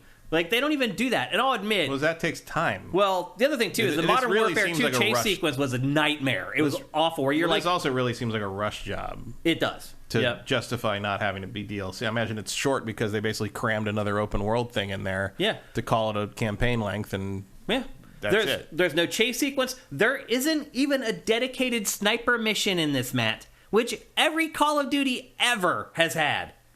Yeah, you can use a sniper rifle if you want to. Even the space one did that. Yeah, but there isn't one in this. It's really weird. Like, the best mission, the one I remember the most, is an AC-130 bombing run, which, again, I've done a billion times, but it's still fun, and so that's the one thing that I remember the most of the campaign missions in this game. I'm surprised nobody ever made a game that was just that. Right. It would be fun. There's mobile games that are just right. I have a mobile game that's AC-130 versus zombies. Oh, really? You're shooting, that would be fun. It's like you're defending a bunker against zombies attacking with an AC-130. Yeah. It is fun. Yeah. But it's like, that level was such a standout thing, even going all the way back to Modern Warfare 1. It's surprising to me that like nobody just made an AC-130 game. Yeah. There's hardly any stealth in the game, but you're constantly using night vision goggles. Like, figure that one out. Like, well, you gotta see. It's funny, though. Like, usually those go hand in hand with stealth missions. Not the case in this. There's no stealth missions. And then there was, like, a couple scenes where I was just like, what the heck is going on? Where, like, you and Task Force 141 are talking to each other through the earpieces, and the people who are standing around you without earpieces are contributing to the conversation. Just dumb leaps of logic, like where they just didn't think it through. Again, to your point, probably because it was a rush job. Them trying to create a game that they could sell as a standalone game instead of just an expansion pack to Modern Warfare 2. So, and then to what you said earlier about soap, I didn't even know if I wanted to talk about it, but you brought it up already. They do replicate that scene here, which when it happened before was an emotional moment. Here, dude just runs into the room, commits the act, and runs out, and the game ends. It is the worst ending to a game I've seen in I don't know how long, Matt. Like, they don't make endings to games as bad as this anymore. And it ends on a huge cliffhanger, obviously ready for Modern Warfare 3 or 4, whatever comes next. And so here's the thing. Obviously, based upon the last however amount of time I've been talking about this game, you know that I'm not a huge fan of it. But still, it's not a 5 out of 10. Like, I feel like there's a lot of piling on going on here from people that saw one review where somebody really, like, murdered the game. What you described sounds like a 5 out of 10 if you're using the whole scale. No, I know we not. don't. It's not. It's like a 7, high 6, 7, or whatever. You can see the B-roll. It's not incompetent. Sounds pretty incompetent. 5 is incompetent. That sounds pretty incompetent. It's not, though. I mean, if you play it, it's not. I'll never play it. I mean, maybe I made a mistake describing it then, because it's not like that. It's not an incompetent game. It's lacking a spark, I guess is the best way I could put it. It's lacking the spark of creativity. I think they felt like, these open missions are going to be all we need. And that'll be enough. It's a huge change for the series. People are going to latch onto that and concentrate on that instead of the other stuff, and they were wrong. It ended up not being the best part of the game. The best parts of the game still are the more curated parts of the game. The more linear parts of the game, which, I think there's promise here. Like, I think if they actually thought about it and spent 2 years working on these more open-ended missions, they might end up being okay. But here they just don't work very well, unfortunately. So here's the thing, though. If you're one of those people who doesn't care about multiplayer or zombies, and we'll talk about those probably in next week's episode. Definitely zombies. I've already kind of talked about multiplayer because I was in the beta. We'll definitely talk about zombies in next week's episode. But if you're a person who buys this game just for the campaign, that's a big no this time. So people are saying it's really short. It took me like 5 hours to finish it. That's about how long Call of Duty campaigns are. So I don't know where this narrative is coming from that is crazy short. Like, it's about the same length as most Call of Duty campaigns. Call of Duty campaigns are 8 to 10. No, never. I can't remember the last Call of Duty campaign that got anywhere near 8 to 10 hours. What have been the last few? Well, the last one was Modern Warfare 2, and that was also 5 or 6 hours long.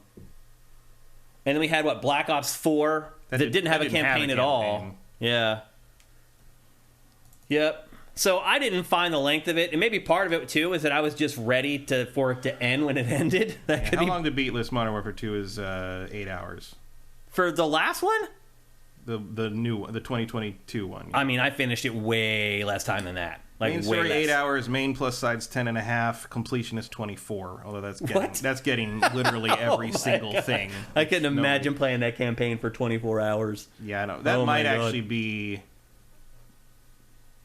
I don't know if that's including multiplayer, but the campaign is listed as 8 hours. Yeah. Even at 8 hours, I would never tell you to buy a game for $70. I mean, that's about as long as I'd want it to be. Yeah. For any shooter, really. Like, that's about as long as shooting campaign should be. Yeah. Yeah. So I didn't finish this game, and I was like, oh, dang, that was like way too short. I didn't feel that way at all. There is another game that I played that we're going to talk about in a bit that I did feel that way about, only because I was enjoying it so much. I was disappointed when it ended. But this one, the 5 hours, like, I felt like it was pretty much perfect for what was being offered. Black Ops 3, 9 hours. If you strive to see all aspects of the game, including multiplayer, you're likely to spend around 79 hours. Wait, spend more than... How do they even calculate how long you're going to play multiplayer? People report their time. But so the 79 hours, like... People, it's an average of people who said, I have 100% completion, here's my save time. Gotcha. And they kind of average out everybody. What website is that? Time to Beat. No, I've been on that website before. Which is usually pretty accurate. What's Infinite Warfare? AJ the Legend asks, do you believe the devs who work on this franchise are finally getting burnout and ready to move on? Well, here's the thing. There's Most of the people haven't been doing it that long. Those teams have turned over probably three separate times. There's like 4 different teams that work on these games, so they should not be getting tired of it. Like, there's turnover on those teams. A lot of people who work on Call of Duty end up getting much higher paying jobs working on games at other development studios. Because they figure once you've worked on a Call of Duty and you crank that out in a year's time, you probably know what you're doing.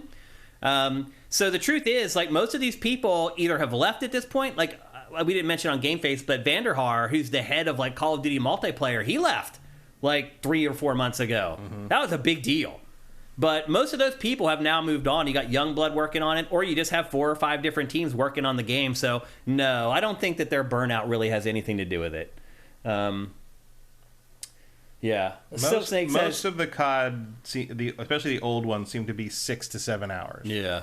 Then they jumped up to 9 for a while, and now I guess they're going back down again. Yeah. But again, as someone who's played every Call of Duty campaign, I didn't notice it as short. I was like, that seems about right to me. So, but again, a lot goes into that. It's like, how much fun are you having with the game? Did you want it to end? Did you need it to end? All that stuff plays into it. AJ also asked, do you believe Activision would ever put the single-player content for every Call of Duty into a single disc, like a story collection? Yeah. I mean... Never. Well, I think the thing is that, first of all, they're breaking the games up now. Like, you install the campaign separately. So they're already discrete pieces of code. They'll never do that because they want you to have to buy the multiplayer to even get in. What I was getting at... The closest... I could Game see that Pass. maybe a year...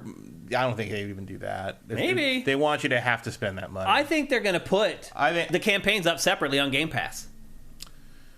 I would like that, but that seems too... I mean, I guess Activision... They're already there.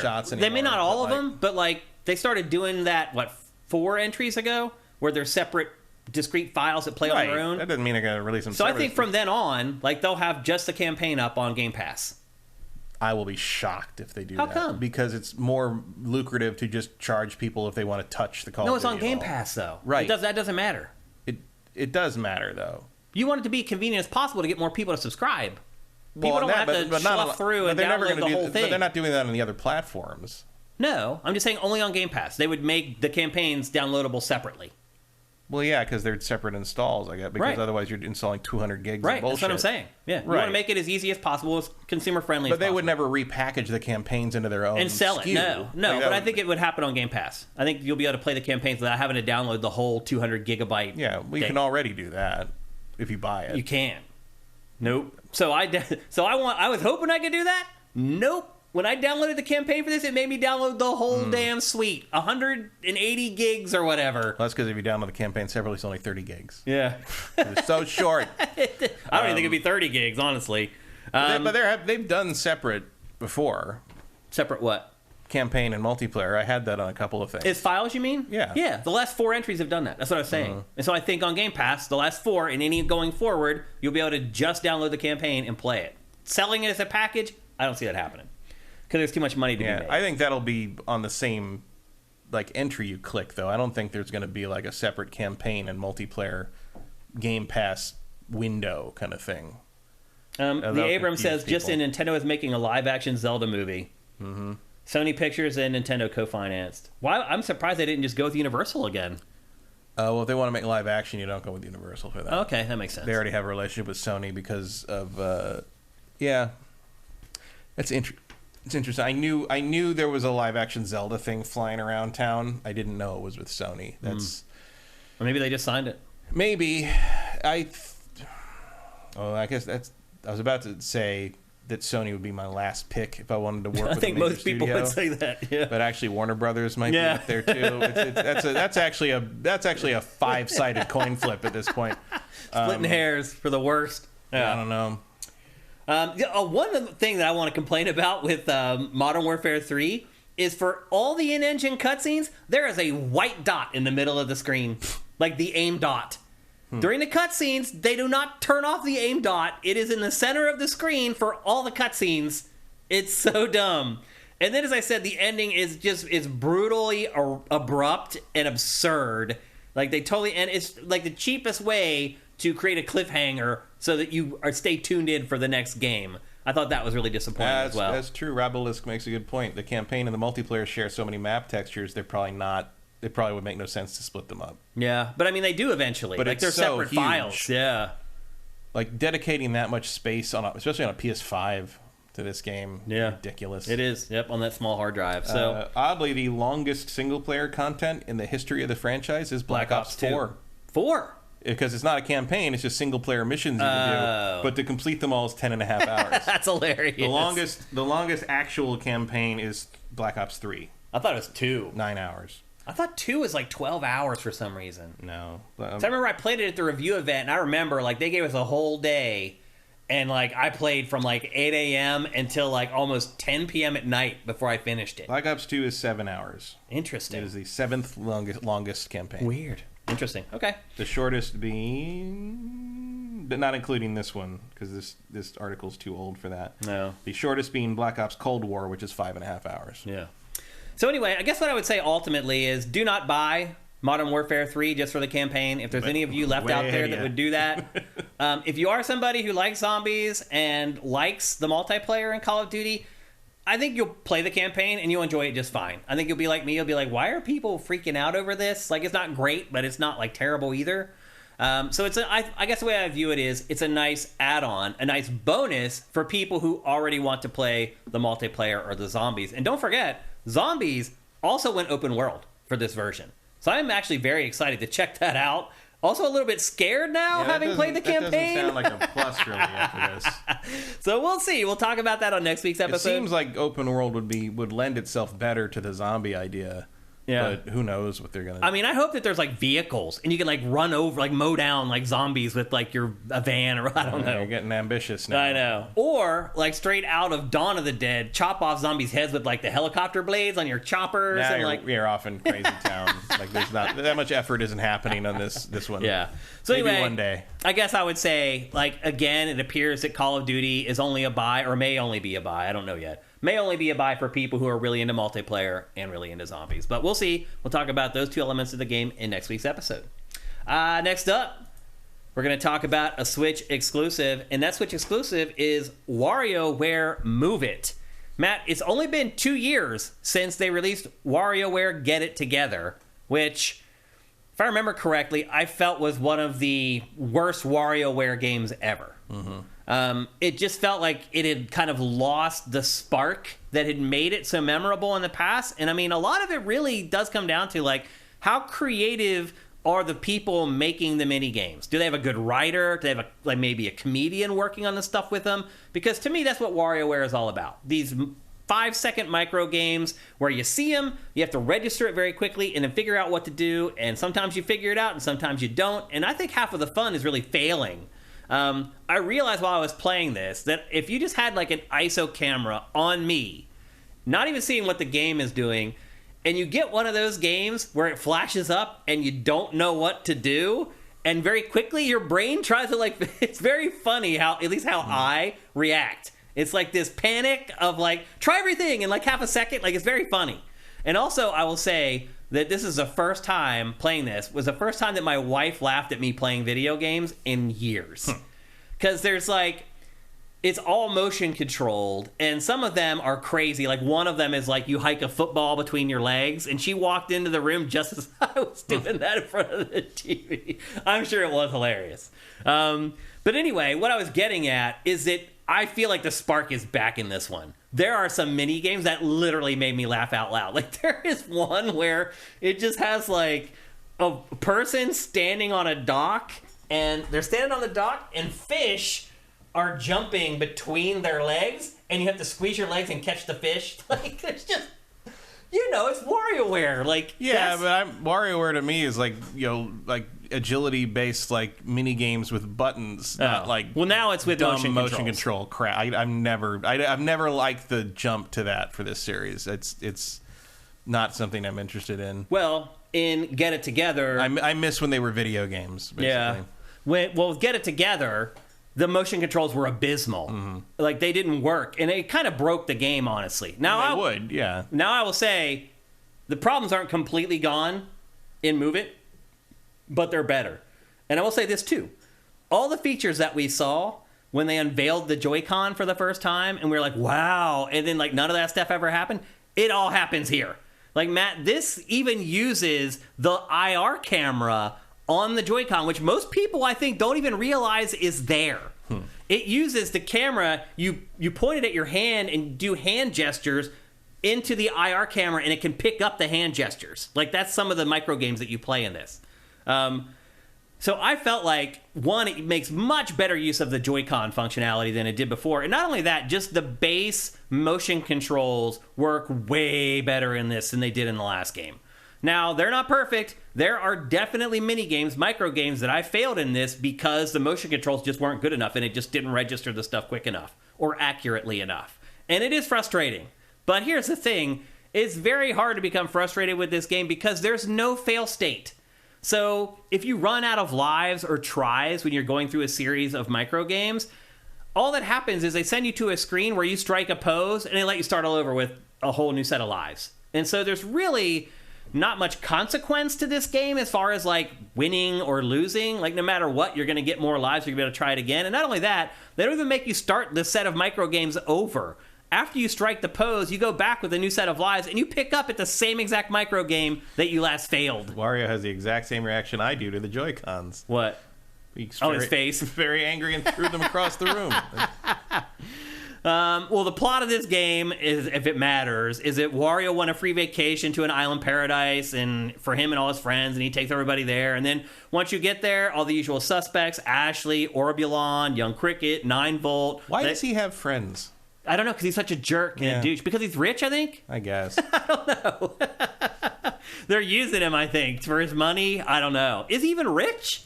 He's poor, I think. He's always trying to get rich. Yeah, he loses all the money by the end of the games, really. Yeah, it seems like that's how it always works out. So anyway, you have the usual characters that you know from this franchise, and they all have their own set of games. And the way the game works is that you have these poses that you have to learn. So when a set of micro games starts, they'll show you. So choo-choo right there. I cut it out, but they have these long-winded explanations that tell you like how to use the pose. And then there's a second paragraph of definition that's just supposed to be funny. That's not funny. And you have to sit there and listen for another like 20 seconds to this inane copy that they wrote for the game. But anyway, every time you use a form for the first time, they teach you how to use it. And then after that, you just get that very quick window that pops up that says, now you're going to use choo-choo. Now you're going to use Knight Sword or whatever. There's like 20 different poses in the game. And it's very specific. Like, you have to make sure that like your dominant hand is on top if you're holding them like a sword. Like, it's very specific how you use the different forms. So when you first start, each set of micro games teaches you like 3 different forms. Roughly 2 or 3 different forms. So when you first start, there's only a handful of forms that you're using. By the time you get to the end of the game, you're using all 20 forms, and you have no idea which one's going to pop up. And like some of them require that you put the Joy-Con like on a flat surface, and so you're constantly like putting the Joy-Cons down, picking the Joy-Cons up, picking them up, and then getting into the sword pose. It's very frantic. Like, my heart rate actually got pretty high playing this, which was not the case with Get It Together.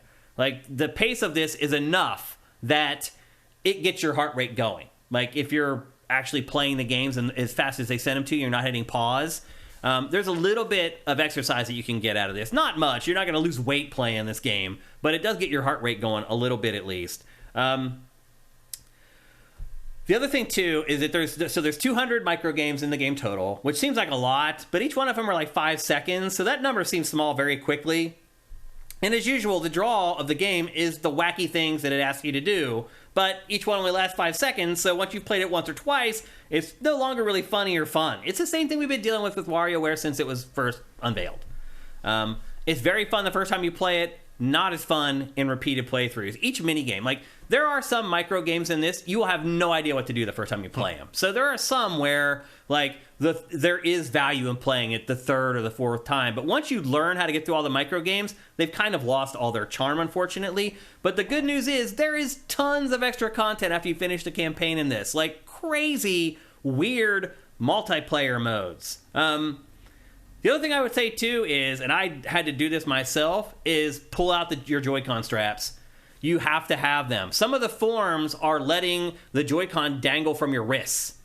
And so if you don't have the straps and you don't have those things attached to your Joy-Con that have the straps on them, you can't even complete some of the minigames at all. Same thing with, like, when you use the IR camera for some of them. Like, you have to, the IR camera is, like, has to be dangling. You have to put it in your other hand and then shine it on your hand. So you need those things. Some of you guys may have lost them. Like, I had to really dig around to find where I had put mine. I had completely forgotten. But you need them. You need to find them. Yeah, I don't know where mine are. Yeah. Because I haven't used it handheld in forever. Right. They haven't been detached ever. I think a lot of people maybe wondering where those are. You need them for this game. Just something to keep in mind if you don't know where yours are. But anyway, once you get through the main campaign, which literally took me like 2 hours to play through the whole campaign in this. So there's another case of, like, the money spent per the hours of entertainment. That quotient doesn't work out so well. But again, there are crazy multiplayer modes to play after this. There's a party mode where you choose from 20 different characters from the franchise, and then you assume forms and play like a weird, like, motion-controlled board game. It's almost like a Mario Party. But you play it with motion controls. And there's a couple micro games that play like Mario Party as well in this. But you can play that with up to 4 players. There's also like a Squid Game like boss fight with Medusa that you play head-to-head against somebody else. And it's like, why I say it's like Squid Game is because it's the Medusa, when she turns to look at you, you have to stop. And then when she turns her back to you, you run towards her. And the first person to get to Medusa wins. But in the between, you're like having these weird like fights with micro games. It's bizarre. There's also another mode called Mega Game Muscles, where you do reps of micro games. It's supposed to be like the fitness mode or whatever, and it basically is just firing off micro games like machine gun fire, like 20 in a row in like 2 minutes or whatever. And that's supposed to get your heart rate up. Then there's 3 different 2-player modes that unlock after you complete the campaign. And those are all weird, crazy modes that are just like, a lot of thought went into the extra content in this instead of the main content, which is a little weird. But it's kind of understandable because, you know, again, I finished the main campaign in 2 hours. So they're like, what are people going to spend the most time with in this game overall? It is going to be the multiplayer modes if they latch onto them. So I guess in some weird way, it kind of makes sense. I don't know. And that's it. That's pretty much the bulk of WarioWare Move It. Again, I think it is sort of a case study on the Joy-Con, that they can work in some situations pretty well. But again, it also proves to you that, like, even in a game that focuses 100% on Joy-Con motion controls, there are still issues. So I don't know if Nintendo has found a new way to make this tech work with the next Switch so that the motion controls are more reliable than they are. I don't know. How dare you not roast the banana? Yeah. I don't know, but this game I had fun with, but it lasted 2 hours. It's funny. Like, there's fun. Again, the spark is kind of back in this. Like, I didn't laugh hardly at all at WarioWare Move It. Or, I'm sorry, Get It Together. But this, I laughed over and over. Even my wife, who was sitting with her back turned to the game, kept turning around every once in a while and be like, what is going on over there? And she'd look at the screen and she'd be like, what is going on over there? This is the most weird thing I've ever seen. Even just listening to the audio, she was like, this is one of the weirdest games you've ever played. Just hearing the audio of the game. Because, you know, they give you like the 1-word instruction for every micro game. Pull, push, grab, burn, clog, whatever. And so she was only hearing that stuff. Like, so I do feel like the creative spark is back. But to me, these games need to sell for like $20, $25. Like, selling them for like $50, $40, but it's too much. It's a 2-hour game. And again, like I said, once you've learned the micro games, you've pretty much squeezed all the enjoyment out of it. If you have kids, I think they probably will enjoy the multiplayer stuff. My wife and I, we didn't enjoy playing it all that much. Part of it was that she didn't get a lot of it. It was hard for her to understand it. But even as someone who did get it and did understand it, like, I didn't find them to be all that engaging, but they will give the game at least some legs. So there you go. That's WarioWare Move It. It is a Switch exclusive, unsurprisingly. And again, it is very heavy on the motion controls, and you'll have to dig out the straps for your Joy-Con if you don't know where they are, which I didn't know where mine were. I did finally find them. And again, you need it. Like, because they'll just throw a micro game in there where you need to let the Joy-Con dangle from your wrist, and if you don't have the straps, you can't complete the micro game. So definitely a requirement. But to me, this series is just way overpriced. Even though it does provide a different kind of entertainment from a lot of video games, it's not so much different that I'm willing to spend like $50 for 2 hours of fun. That's just too high of a quotient for me. Do you have any questions, Matt? Nope. No? Pretty self-explanatory. AJ the Legend asked, was I able to get my wife to play this? Yeah, she did. She was like, that is weird. That's weird, crazy. And I was like, why don't you play it with me? And she's like, okay.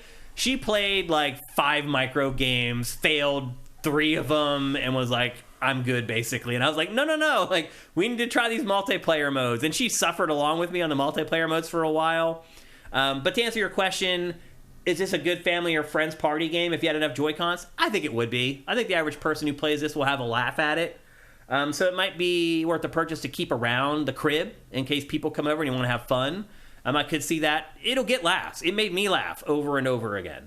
And I think people who don't know what this series is will probably laugh even harder at some of this stuff, because my wife was like, what the heck is this? This is so weird. I've never seen a game like this before. So I did enjoy my time with it. It just wasn't enough time. And for that much money, like, I needed more fun than that. Like, they need at least like 500 micro games per release. But when you're putting them out every 2 years, here, by the way, are the descriptions I was talking about. So at first, they just tell you how the stuff works. And then the second paragraph is just them trying to be funny. And you're like, just get on with it. Because the other tenet of this franchise, Matt, is its breakneck pace. It's like micro game after micro game. And it's just like, go, go, go. You got to be on your toes. You got to think really quickly. And this just drags the whole thing down. Like, watching these things, it's like, I get it. I'm letting the Joy-Con hang from my wrist. There's no way to skip them. There's no way to fast forward them. I just found them annoying. But again, I did have fun with it. I did get a lot of laughs out of this game, just not enough to rationalize the full price tag for it. Eve Demon says, if she thinks WarioWare is weird, you need to show her Katamari Damacy. I have. She doesn't think that's anywhere near as weird as this. And I don't think it is either. These games are weird. Like, what's that? Now you're a penguin. I mean, I don't know. The avant-garde nature of this franchise makes it unlike anything else, I think. It's like you flip the pancake. Oh, there's a face on the pancake. Like, I don't know who it is that works on all these micro games that manages to find an edge for each one of them, but they're pretty damn good at it. So, I liked it. If you could ever find it for cheap later on down the road, which we know almost never happens with Nintendo's first-party games, but if you do find it for cheaper on down the road, I do think it is a good choice if you have people over, or if you have a bunch of young kids. They'll probably get a kick out of this and have a ton of fun with it, and the multiplayer modes, whereas I think adults, maybe the mileage won't be quite as extensive. But I did have fun with it, but again, full price, not going to happen. Times Emmy says there's that Pigeon Rhythm Battle Royale game for something weird. I'm not familiar with that. I don't know. I do remember that one Pigeon game, though. It was the Pigeon dating sim. Yeah, that was weird. What was that called? Hatful Boyfriend. Hatful Boyfriend, yeah. That was weird, for sure. But I think Times Zenny's talking about something else. Vincent asked, now that the team has given us 2 WarioWares, can we have a new Rhythm Heaven? I would prefer at this point, I guess I'll put it to you this way. Rhythm Heaven is more worth the asking money than WarioWare is. I mean, you get a little bit more time out of it. And Vincent says it's a Fall Guys game, but a rhythm game. Oh, he's talking about Headbangers Rhythm Royale. It's on Game Pass. Yeah. That also is a little weird, for sure. But anyway, there you go. That's WarioWare Move It. It's Switch exclusive. And now we have no more lower thirds for the live show. But next, we're going to talk about a game we discussed, about a month ago? It's been about a month, I think. So we talked about it. It'd be like 3 weeks, maybe. Yeah. We're going to talk about RoboCop Rogue City. Now, if you remember, I did play the demo, which ended up being like 3 hours long or whatever. However, I have not played the final version, but Matt has. So I think maybe what everybody wants to know, I think maybe people were surprised that we were so positive on the game in the first place when we talked about it last time. Because I was surprised how positive I was on the game. I think what most people are maybe wondering at this point is, does it hold? Does it stay exciting and engaging throughout the entire course of the game? Does it have new stuff in the game later on? How does that all work out? Yeah, I mean, it unfolds more or less the way you would expect one of these things to. Like, you go to new locations. You have to solve new problems. There's a lot of other enemy types, more than you would think. They keep introducing new enemy types, and then of course you head to a 9, and like the stakes definitely go up as time goes on. The second major area you go to is actually not like the first major area. It's about the same size, I would say, but it's all hostile. What do you mean by all hostile? As in, it's a bad guy location. So if you're out in the streets, there is no street. Oh, there's no street. It's basically you're like a mill. Okay. And I believe it's actually the place he gets killed in RoboCop 1. Oh. There's a little flashback moment. Interesting. So you're running around and you're trying to find where these guys are hiding out. So like at different points, like they'll flood in from different places, or like you'll open a door and suddenly there's guys in there and stuff. So you're kind of being bounced around through the area, and like new areas open up. And there's some places there's places where you can like find secrets, or there's schematics you can find that tell you how to activate certain things in the train yard, and that'll open new areas you can go to. So it still has that element of like, oh, there's things to find and stuff to do, but it doesn't repeat itself in that regard. Like, and then you will go back to the streets later on, and you can issue more parking tickets or whatever you want. But like, so wait, does that street area that was in the demo, is that always there? No. Okay, so that was just like there just for those missions. You can, I think, eventually go back. I don't know if you can go back. Actually, I think you should do. They do tell you to get everything done before you leave. So the demo is basically just that area. Then you go back to the police station. There's a whole section there. You have to have a therapy session with the doctor, and your choices there really determine how RoboCop sees himself, which is interesting. Yeah, psychology was one of the abilities that you can boost. Yeah, you can get an ability later in the game if you boost one of them up enough that'll highlight the best choice in the dialogue for each interaction. Which I never bothered to get because I have other things to do. Like be alive. Yeah, and I will note that like this dude doesn't really matter. Oh, he like, doesn't. He's set up as a major thing, but he's not a major thing. The major thing is the new guy. Whose identity is revealed at the end. Who they talk about through the whole demo, right. The new guy. Whose identity is revealed at the end of the streets section when you finish the mission to find this guy. Oh, interesting. And there's he is connected to the RoboCop mythos. Okay. If you want to call it that. Yeah. So does the gameplay loop stay the same? You go out and do a mission, then you come back to the police station, you debrief, you do the psychology thing, you boost your abilities, and then you get in the car and drive to a new location. And sort of. I mean, you can always boost your abilities. Always you can? Yeah. You don't have to do it at the police station? No. Okay. You can always spend the skill points. Okay. And then it does unlock when you go back to the station after the streets area. It unlocks basically programming boards for the AIM-9 pistol. Okay. So you get these. It's a weird system. So those OCP containers. Sometimes you'll pick them up in the demo, and you'll get 15% whatever, like 13% bypass whatever, and you're like, what the hell is that? Like, you don't see it in the inventory thing. So when you get the programming boards for the AIM-9 pistol, you'll start picking those up, and what it is you have different ones you can install. There's a tutorial one, and then there's like other ones you find in the world, and you can basically boost the AIM-9 to be more powerful. You can have it more stopping power, more pushback, more damage, faster reload, larger clip. Okay. And the balance on this is like it's laid out like a not a grid, but like there's entry locations with like connector wires, and the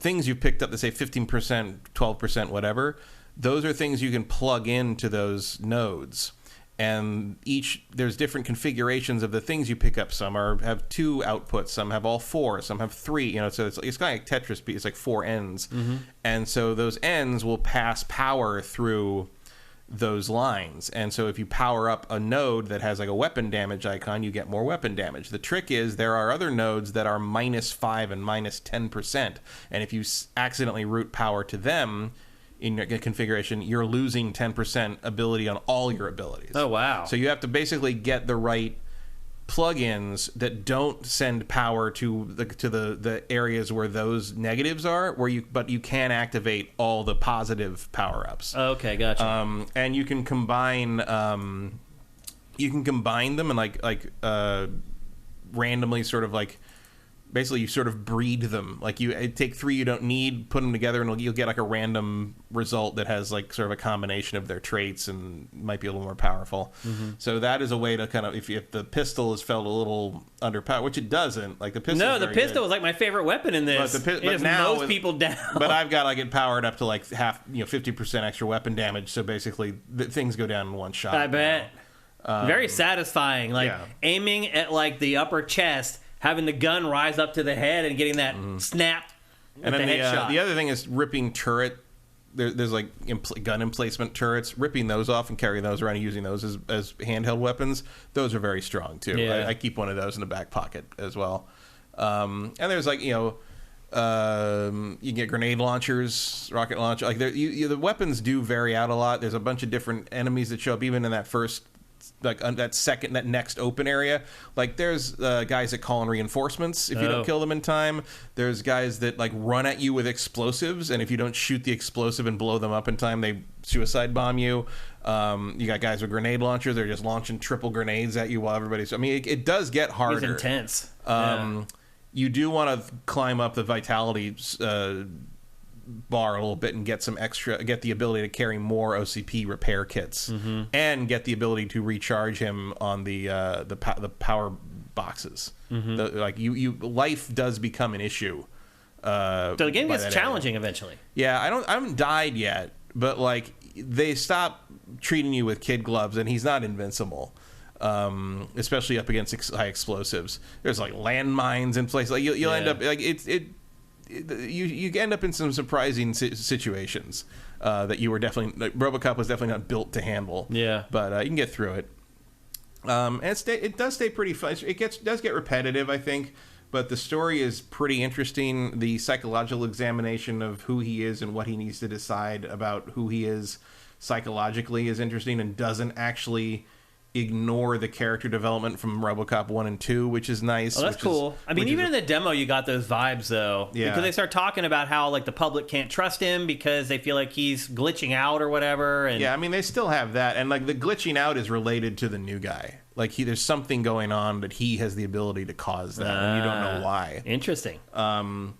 And there's a bunch of like, so there's that, and of course you get to choose, like there's in the therapy sessions and a couple other things, you get to decide like whether you want to be called RoboCop or Alex Murphy, or things like that, and so they are delving into that more than I expected them to. Yeah, I never would have guessed this game would touch on that stuff at all. I mean, it is. I mean, seriously, it is it remembers that RoboCop is a satire, and it remembers that RoboCop is cyberpunk. Yeah, like it's a weird version of cyberpunk because you're a cop, but in a weird way that maybe only 1987 could have produced. The cops are kind of punk because they're trying to do the right thing despite being owned by a megacorp. Right. Like OCP, they're rebelling, basically. OCP is the establishment. The Detroit PD kind of isn't, because they're being hamstrung from doing the right thing and even helping people when they want to. Mm-hmm. So it's like it's a rare moment where I think making the cops like the good guys and trying to do the right thing actually kind of sells it, because OCP is so much worse. Right. Yeah.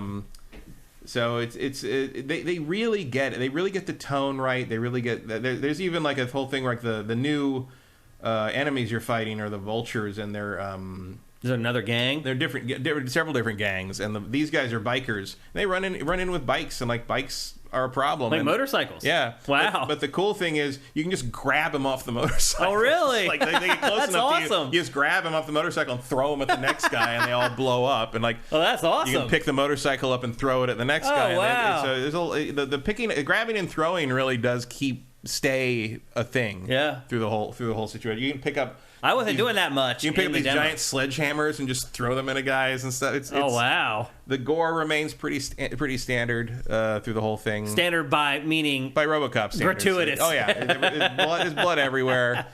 You can shoot people in the dick, and they will react accordingly. Well, the lower third for this did say it's a glitch. Yeah, but unfortunately, you have to wait for the archive to see that. But yeah, there's actually an achievement for shooting a guy in the dick. Oh, really? And credit where credit is due. When you load up the save from the demo does continue on. Oh, good. In the final game, and you get all the achievements you would have gotten. Oh, cool. From that they save. all pop as soon as you start. That's sweet. No, they all pop about 10 minutes later. Oh, but they did pop. But they did. Yeah.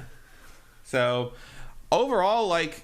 Does it hold up? So we were really high on it after the demo. Does it maintain? I haven't finished it, but it's maintaining. That's like, great. It's still fun. Like it doesn't really get more than, it doesn't add on more than like what you're seeing here on a baseline degree. Mm-hmm. But what you're trying to deal with changes to an admiral. I never, like, by the time I was halfway through the vulture section, I was like, this is really different from what I was doing in the streets because they are such different enemies. Mm-hmm. And they're not like, it's not like you're fighting the difference between fighting like elites and grunts in Halo or something, or like the Prometheans or whatever. It's not that different. But like, you have to use slightly different tactics and you feel more under threat as the game goes on. And then like you've got, early on in that section, there's people talking about how an Ed 209 is in the area, and you're like, oh shit, like this is going to be a problem. And sure enough, that is a problem. You don't want to fight one. Fighting them, and like I wouldn't be surprised if they get into more cyborg stuff or something like hardware later on. We'll see what they do. Mm-hmm. They've done a good job so far of kind of continuing to escalate it. And this is actually, again, much like with the Call of Duty thing, it's like. It seems like you jump from the police station to sort of mildly open, largish areas where you have to complete a bunch of objectives, and sometimes it's more like kind of like go do side quests like the streets, and sometimes it's more this is a giant hostile area you have to navigate through, but there's secrets and things to find. Yeah, and that's a nice balance. It's real good. Like it's like most of the reviews are giving it kind of 7s and 8s, and that feels about where it should land. This is, it's by far the best RoboCop game ever made. 7 or 8, it's like a godsend. I would argue that it's probably the best RoboCop game that could be made. Yeah. Like I don't know what else can you do. Yeah. I mean, I guess you could do a full open world where you can drive the car anywhere you want, but like, does that really add much to it? Not really. Probably not. Yeah. So like, it's solid. I mean, this team, they also did Terminator Resistance, which just got like a new next gen version, I think on PS5 or something. Mm-hmm. I think it was already out on some platform, but came out on the rest of the platforms like at the end of October, which also was like better than it should have been. Like Terminator Resistance is also a surprisingly good game. Yeah, considering how the quality of the other Terminator games. Now this is running on Unreal Engine 5, right? Yeah. One of the few games still at this point that's running on Unreal Engine 5. Looks good. Does it ever get outside? Is there combat outside? Yeah, the steel mill you're in is mostly outside. It's fairly outside. Okay. I mean, the streets are outside. Yeah, but I felt like that area with the streets was just like this area they just put in there as like a diversion. There's never any big open wide vistas. You're never going to see anything out of like Immortals of Avium or anything, if that's what you're asking. Yeah, I was just asking if there's more like outdoor open areas with areas that you can see further than like 50 feet, basically. Yeah, I mean, like it's not common, but there's like a thing in the steel mill. There's a train yard, and if you activate one of the locomotives, it activates and busts down a bunch of doors, and it goes down about half a mile. You can walk all the way down there, and it does actually show the detail because like the thing that it shows like a thing fall from the ceiling and land on top of the engine, which is your signal that you can get up there if you climb the engine. So it does show that to you from a pretty fair distance away. Okay. But as always, Unreal is not the greatest at long distance stuff. It does have tons of texture pop in and high res pop like between shots. Like wow. It's that classic Unreal like. How is this still a problem after all this years time later? In Unreal Engine 5, why is it still a problem? It's just it's like of all the things I was gonna, if I were to make Unreal Engine 5, if it was one thing I'd be working on fixing first, it would be that texture res pop in problem, and that is all over the place in this game. I mean, part of that is because I'm playing it at such a high resolution with everything turned to ultra, but like it should be able to handle that on that. Yeah, for sure. I mean, I have more than enough VRAM to handle that. It's just not loading it in fast enough. And sometimes the crazy thing is sometimes it's like during conversational scenes, you're cutting back and forth between two characters, and they're like the cops' uniforms are popping their name badge in to be and it's like you just showed him like 10 seconds ago. Why is it just not leave that still character there? loaded into the cache. I don't know how that works. I don't know anything about how that kind of this is where our knowledge of game development runs aground. Like, whatever it is, it's inherent to the Unreal stuff and has been. I mean, that's the same shit you're seeing in Mass Effect 1 back in the day. So that is an issue. Otherwise, it runs pretty well outside of, again, some weird artifacting around I think that's related to the DLSS stuff. We're seeing that a lot now.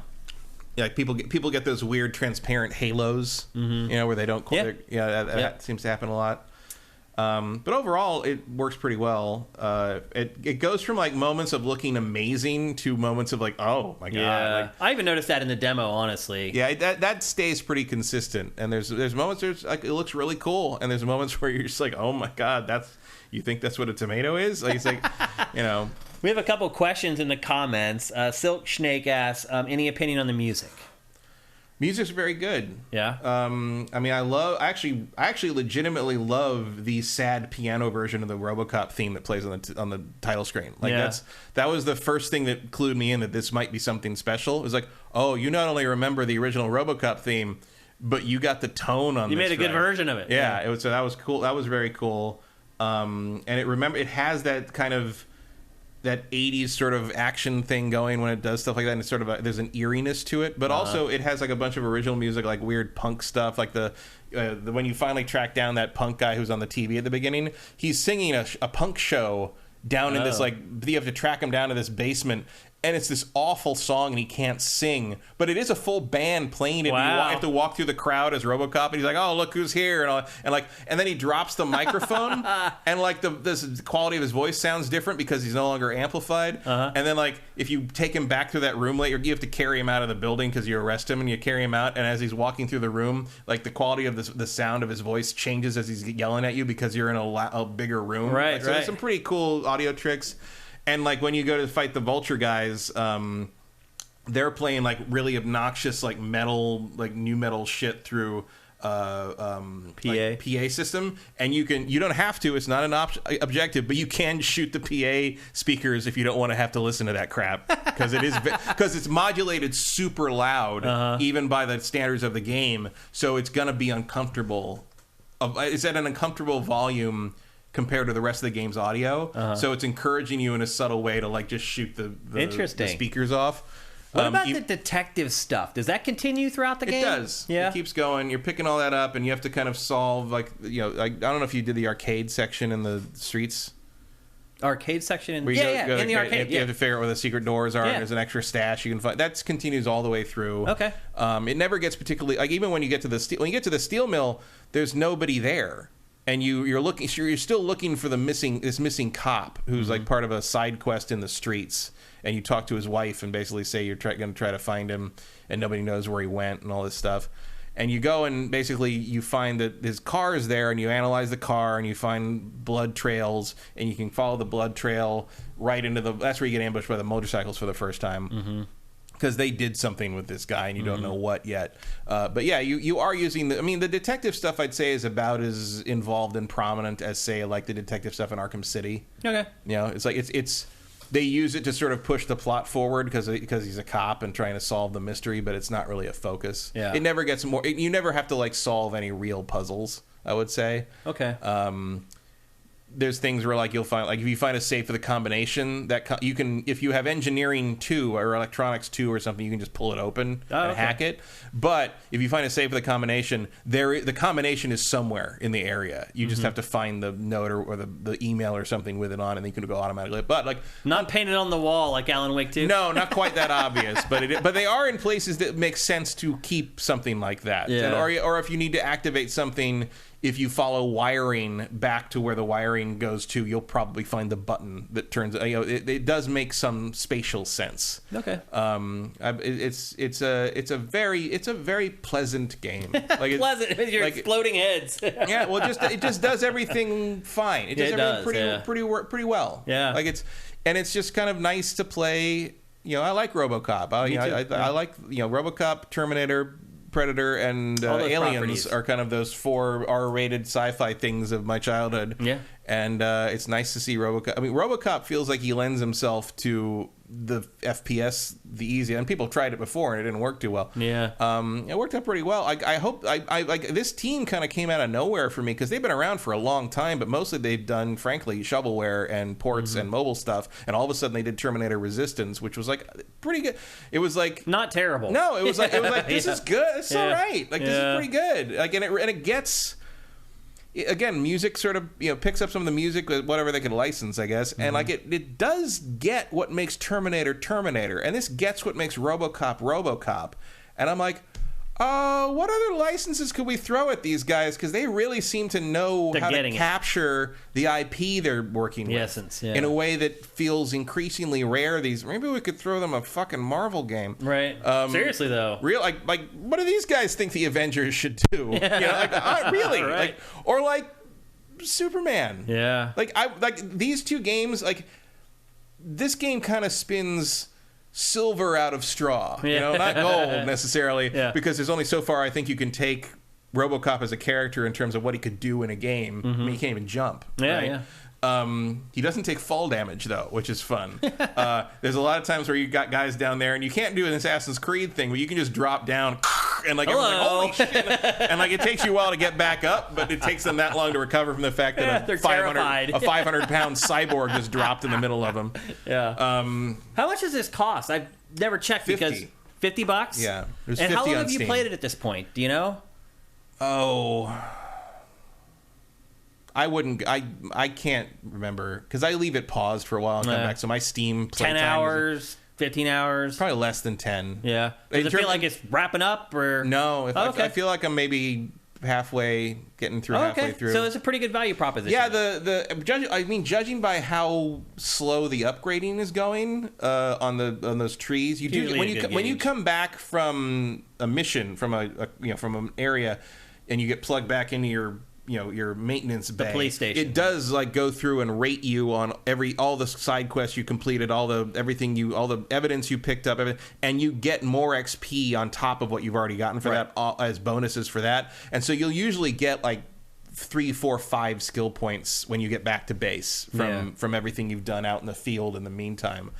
So that does bump it, but like the upgrade goes pretty slow. So there's a fair amount of meat in there, I think. Okay. So it seems like a pretty good value then. Yeah, unless they're leaning hard on New Game Plus or something. Yeah. So yeah, I'm pretty happy with it. Yeah. Like I'd like to see these guys get a little more. Cinetite says throw them Die Hard. That's an option. Yeah, that's something. Rosencrans, always wanted to ask you guys before I begin on Cyberpunk 2077 playthrough, do you recommend finishing off the base game before starting on Phantom Liberty? Oh. No. You don't have to. No, I would say it plays better if you do Phantom Liberty kind of in the middle. Okay. I finished the campaign and then played Phantom Liberty, so you can do either. I mean, mechanically, but narratively, I think it works better in kind of in the mid to late part of V's story. Once V has some reputation, because everybody kind of knows who she is in that. Certainly enough that the president knows who she is. Yeah. But yeah, I would. Especially if you haven't played it before or you've only played the original version, like they changed the way it plays and everything so much that I think it's worth playing a new game of it if you have the time. And by the time the Phantom Liberty stuff opens up when you finish the Evelyn branch of the main quest. So like there's like at a certain point there's 3 different paths you can kind of take. You can figure out what happened to Evelyn. You can go help Takamura. And you can do something else, like another thing I can't remember. But there's like 3 kind of choices of what you can kind of do. Maybe I'm just thinking of like going to Jackie's ofrenda and stuff or that kind of thing. But point being though, it really, as long as you're halfway through the game, you're good. Yeah. But like I would think the best experience would be to go through and have it kind of in the middle of everything. Okay. Silk Snake, who by the way worked on this game, says that it was supposed to be full price, but the team fought hard to get the price lower. I'm surprised that the development team convinced the publisher to sell it for cheaper. That doesn't happen very often. To be fair, I don't know who the publisher is. It's the thing kind of came out of nowhere. Remember when it was announced, nobody even knew it existed. I mean, I saw it. I literally thought it was one of the worst video games I had ever seen. That first trailer, it looked so bad. He walked into a room and people were like, RoboCop! And then they're like, their little pistols trying to shoot RoboCop. It's like, that's not going to work, bro. Like, you need to run. Like Nacon, that's who. I don't think Nacon, you can probably outmaneuver Nacon in the negotiating room, right? Maybe. Yeah. So I mean, it's certainly the only reason we've said that name this year. Yeah. So that's, you recommend that people get. Oh yeah, if you like RoboCop, it's absolutely I mean, this is the best RoboCop game ever, and will probably remain the best RoboCop game ever. Forever, unless they make another one. Unless these guys make another one. I mean, I could make that determination even off the 3 hours I spent with the demo. Like, also, like, if you're one of the people that complains about there's no B-list games, like everything's a AAA thing, or like this is it, and this is one worth supporting. Yeah, this is a good one. Yeah. This is like kind of those Capcom games nobody talks about anymore on the PS2, like Shadow of Rome. Yeah, where it was just like, oh, that was really cool. Nobody remembers it. Yeah, it wasn't like a big hit. Asura's Wrath is one of them. Yeah, that was one of them. It was like one of those games that I'll never forget, but nobody else remembers. Mm-hmm. It's so weird. Yeah, it's solid, and so is Terminator Resistance. Both of these, and I wish Schreier or somebody should like profile these guys, because who are they? Like, where'd they come from? Like, all of a sudden, it's like, why are you guys so good at this? Yeah, like, kind of crazy. Like, I want to know more about the people who made this game. Well, best of luck to you, Sneaky, and the team. I hope the game does very well for you. Just being completely editorially across the board honest, like, it's a good game. So. Yeah. Congratulations, first of all, on finally nailing RoboCop. Mm-hmm. It's been 20, 30 years in the making for this to happen. So I liked it based upon the demo I played. I played 3 hours of it. Matt's played 10 or whatever. Yeah. It's the first RoboCop game I've liked since the original Data East arcade game. Oh, wow. Data East. Remember that? Oh, yeah. Just that company. Do they even exist anymore? No. Yeah, I don't think so. No. Yep. Drop it. Yeah. There you go. So there you go. That is RoboCop Rogue City. That's 2 thumbs up from GameFace. You probably could have figured that out from our impressions of the demo like a month ago. We both really liked it. But it maintains. Yeah. Matt now has played more, and he says it holds up throughout the course of the game. So go and get it. Next up, I told you we had 5 games today, people. Next up, we're going to talk about a game that I wish I had not played. And I can't remember the last time I said that about a video game, and particularly about a driving game. And that game is EA Sports WRC. Some of you may be Game Pass subscribers, and you may have opened up Game Pass, and you may have seen that there is a free trial of this game available. If you are Game Pass, I guess, Ultimate, then you get access to some of EA's games. Yeah. You get EA Play, Play added on, basically. Yep. And this game is on EA Play. As you can see, it's kind of dirty how they put the watermark on the game to show that it's like an EA Play trial. Why would you do that? It's EA. That makes no sense to me whatsoever. It's like a scarlet letter that you're putting on people, like if they play the game as a demo instead of playing it after they paid for it. Well, I can tell you this much. After you play this free taste or whatever, you won't want another taste, because this is literally one of the worst games I have played in a really long time. Matt, to our point, talking about Unreal Engine earlier, and we're not going to talk about this game very long, so don't, it's going to take like 10 minutes to talk about this, so don't run off being like, oh, I don't want to hear about WRC. It's not going to last very long. There's not a lot to say about it. But I wanted to give this game a try because I'm not a big F1 fan, and really the only games we've seen from Codemasters since it was purchased by EA is the F1 games. And I have been a huge fan of Cody's rally games in the past. Going all the way back to, you remember Rally Sport Challenge? Oh, yeah. That was what, Xbox 360? Yeah. Rally Sport Challenge 2, I remember, was like a big graphical showcase. Yeah, they were great. And I love the Dirt franchise, which are their other rally racing games. So I thought this game was a shoo-in, that I was going to love this game. And going back to what Matt and I were talking about with RoboCop and Unreal Engine, for whatever reason, Codemasters decided to change engines for this and start using Unreal Engine on this game, and it is a complete disaster. Yeah, I don't know why you'd want to use Unreal Engine for fast streaming of terrain. So, again, your point earlier about how details drawing in, I mean, it's almost hilarious how bad the stuff draws in on this game. Like, first of all. Second of all, this game is dead. It's like you're driving through these like rural locations. There is nothing going on. There are no animals. There are no people. one thing that's cool about rally racing, real rally racing, is how insane the fans are. How they will stand on the corners of these dirt roads as these cars go like 150 miles an hour past them, like sliding. That's lost in this. There's no crowds. There's no animals out in the... There's nothing. It's just you on this track with nothing moving. You gotta remember, this is also rally racing, so you're not normally racing against other cars. It's all time trial stuff. You're trying to create the best time through the stages or whatever. So you don't get a lot of interaction with other cars. But again, I've played a lot of rally games. I was totally cool with that. In this one, because the rest of the game isn't all that exciting, it almost feels like a deal breaker in a lot of ways. Now, this game is technically the newest version of Colin McRae Rally. Now, he passed away, right, Matt? Yeah. And so I wondered, I'm like, what are they going to do? They've had this franchise all this time. They changed it into WRC. It has actually been WRC now for a couple entries.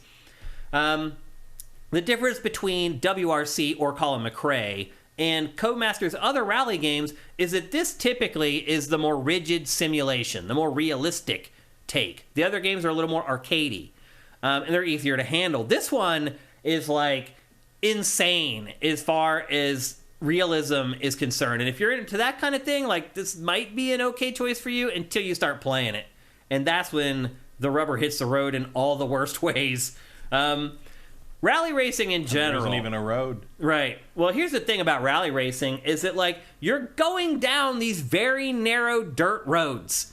Literally just wide enough for your car and not two cars. And if you make one mistake and your tire catches the berm or it hits a dirt clot on the side of the road, you go flying off of the road, you go flipping down, like, the hill. Like, you cannot make a single mistake in this, really. Now, I will say this. The times that you need to make are pretty generous. Even if you're playing it on the default difficulty setting, like, one thing I found about this game is you need to go way slower than you think you need to go. Like, you'll watch this B-roll, and you'll be like, oh my god, look how slow Shane is going through this. And then you'll see that I won the race by, like, literally 30 seconds. So the first thing that I needed to get over is, like, you don't go as fast in this as you think that you should. And that's good, because if you go fast in this game, that's when it all falls apart. So if you start going fast in this game and you come up over a hill and you can see a big chunk of the track or the terrain ahead of you, the game just stops. It doesn't stutter, Matt. It stops. Well, also, the other thing is, like, you're in a camera angle that makes you look like you're going slower. You think the angle has something to do with it? Fisheye or more first person definitely makes you think you're going faster. Yeah. Because you're going like 70 kilometers per hour there. That's not nothing. They're saying that I am. Yeah. It doesn't feel like it at all. Because of the camera. Maybe. Like if you put down on the bumper, you'd feel like you were going faster. I mean, I'm sure. But, you know, Matt, I play tons of driving games with this same camera angle. Well, yeah, but this camera angle is not fisheyed, is what I'm saying. It's like a lot of third-person camera angles in racing games could give you a better sense of speed, but they're not doing that here. I'm not sure why. The end result is that it seems slow AF. Probably because they're trying to give you the sim ability so you have a better way to judge how fast you're going. Because that actually does look about as fast as you're going if you're looking at a car from behind and not watching it pass you. Yeah. To sim, it's not particularly exciting. Well, you can see inside there, like, all the driver and the co-pilot are all modeled and fully animated in there. You can see him driving, shifting gears, and all that stuff, regardless of what view you're playing the game from. So that's nice little details that are in there. There are 200 stages in the game. Not much of a trade-off for pausing over hills, though. Yeah, so to get back to what I was saying, this game literally stops and then starts. And if it's not doing that, the screen starts tearing, literally in half. It's the worst screen tearing I have seen in a game in like 15 years. I'm not exaggerating. You don't see games with VSync tearing issues like this game has anymore. You just don't. You don't see games where the engine just chokes. Again, if you're going at any rate of speed and you can see this much terrain out in front of you, it just starts hitching. And the problem is, some games that may not be a big deal. But again, in this game, you make one slight mistake and your race is ruined. And these races are crazy long. Like, each stage is like 8 to 10 minutes long. Now again, they are a little generous. Like, you could wipe out once or twice maybe and still finish okay. Any more than that, you're not gonna, though. And again, the technical issues with the graphics in this game are so bad, it affects the gameplay. It will make you fail races, which is inexcusable. in 2023 that any game engine would do that. There's 70 different rally cars. If you've already seen from the B-roll, they go all the way back to like the 60s, which if you're a big rally guy or girl, that's pretty cool. That's another reason why you feel like you're going slow, is you're in an ancient car. You're an old car, yeah. But not always. Like, eventually I get, like, state-of-the-art cars. And then that presents a whole other set of issues because you're going way faster and it's almost impossible to stay on the road. So there are 70 different cars that go all the way back into like the 50s and 60s. And the cars do generally look pretty good. It's probably the graphical highlight of the game. However, like, cars don't get mud on them. They'll have mud on them after the race is over. They'll show your car in the garage all beat up and dented and everything. But while you're playing it, like, it doesn't get any mud on the car at all. It's bizarre. And then you'll finish the race and it'll be caked with mud. It's like, where was that in real time when the game was actually being played? After every race, if you have damage, you hire a crew. You have 4 slots for your crew, and you have, like, I don't know, 20 or 30 people who are actually on your staff, and then you choose from those 20 or 30 the 4 that are actually going to work for you on that race. And in between each legs of an event, your car is damaged. You need to pay to get it fixed, basically. And seems like a bad time to do this. yeah. I mean, I didn't leave These people standing in the complete pitch darkness waiting for a car to drive by them. This B-roll doesn't last very long on this because it's annoying just to watch. Imagine racing in this, where if you make one mistake, the race is over, and the tracks are barely wide enough for your car. Do they do that? Yeah, night races. Oh yeah, in rally racing, Matt, is insane. I have a ton of respect for rally racers, man. Like, they put their balls on the line with every turn. Like, and you see the fans standing on these turns while they're power sliding like 150 miles an hour across gravel. Like, not just the drivers, the fans are also insane for rally racing. I have a ton of respect for both of them, honestly. But I don't feel like this game portrays that, like, at all. Like, there's no sense of danger because it doesn't feel like you're going very fast, and there's no obstacles, and there's no people. Like, I don't know. If for a rally simulation, I don't feel like it simulates rally all that well. So there are 70 real cars, but you can also build your own from scratch, from the chassis up. Like, literally, part by part, you can build cars in this, which I think is something that fans of rally will probably also appreciate. However, like, the paint and the wraps and all the cosmetic stuff in this is horrible, first of all. The options are crazy limited. But 2, they look terrible on the cars themselves when you do them yourself. So that's one element of driving games that a lot of people like in modern driving games that is not handled very well here. When you start the career, you can choose from WRC, WRC2, or Junior WRC, depending on your skill level. But I'll be honest with you, I jumped straight to the real WRC. I had no problems. Like, I was finishing first or second pretty much in every event. So I would recommend, if you do play this, to just jump to the main class if you can. And then the handling is all over the place. Like I said, one slight tip of the stick in the wrong direction and your rear end starts spinning out behind you, and you have to start oversteering to try to and it's just over. Like, if your ass in starts swinging out in this, it's over. Because if you make a swing 1 or 2 feet either way, you're off the road, and you're off the road, and you're out of the race. And it takes forever to get back on the track. You get, like, crazy, like, 20-some second penalties sometimes for going off the track. Like, the game doesn't measure those very well either.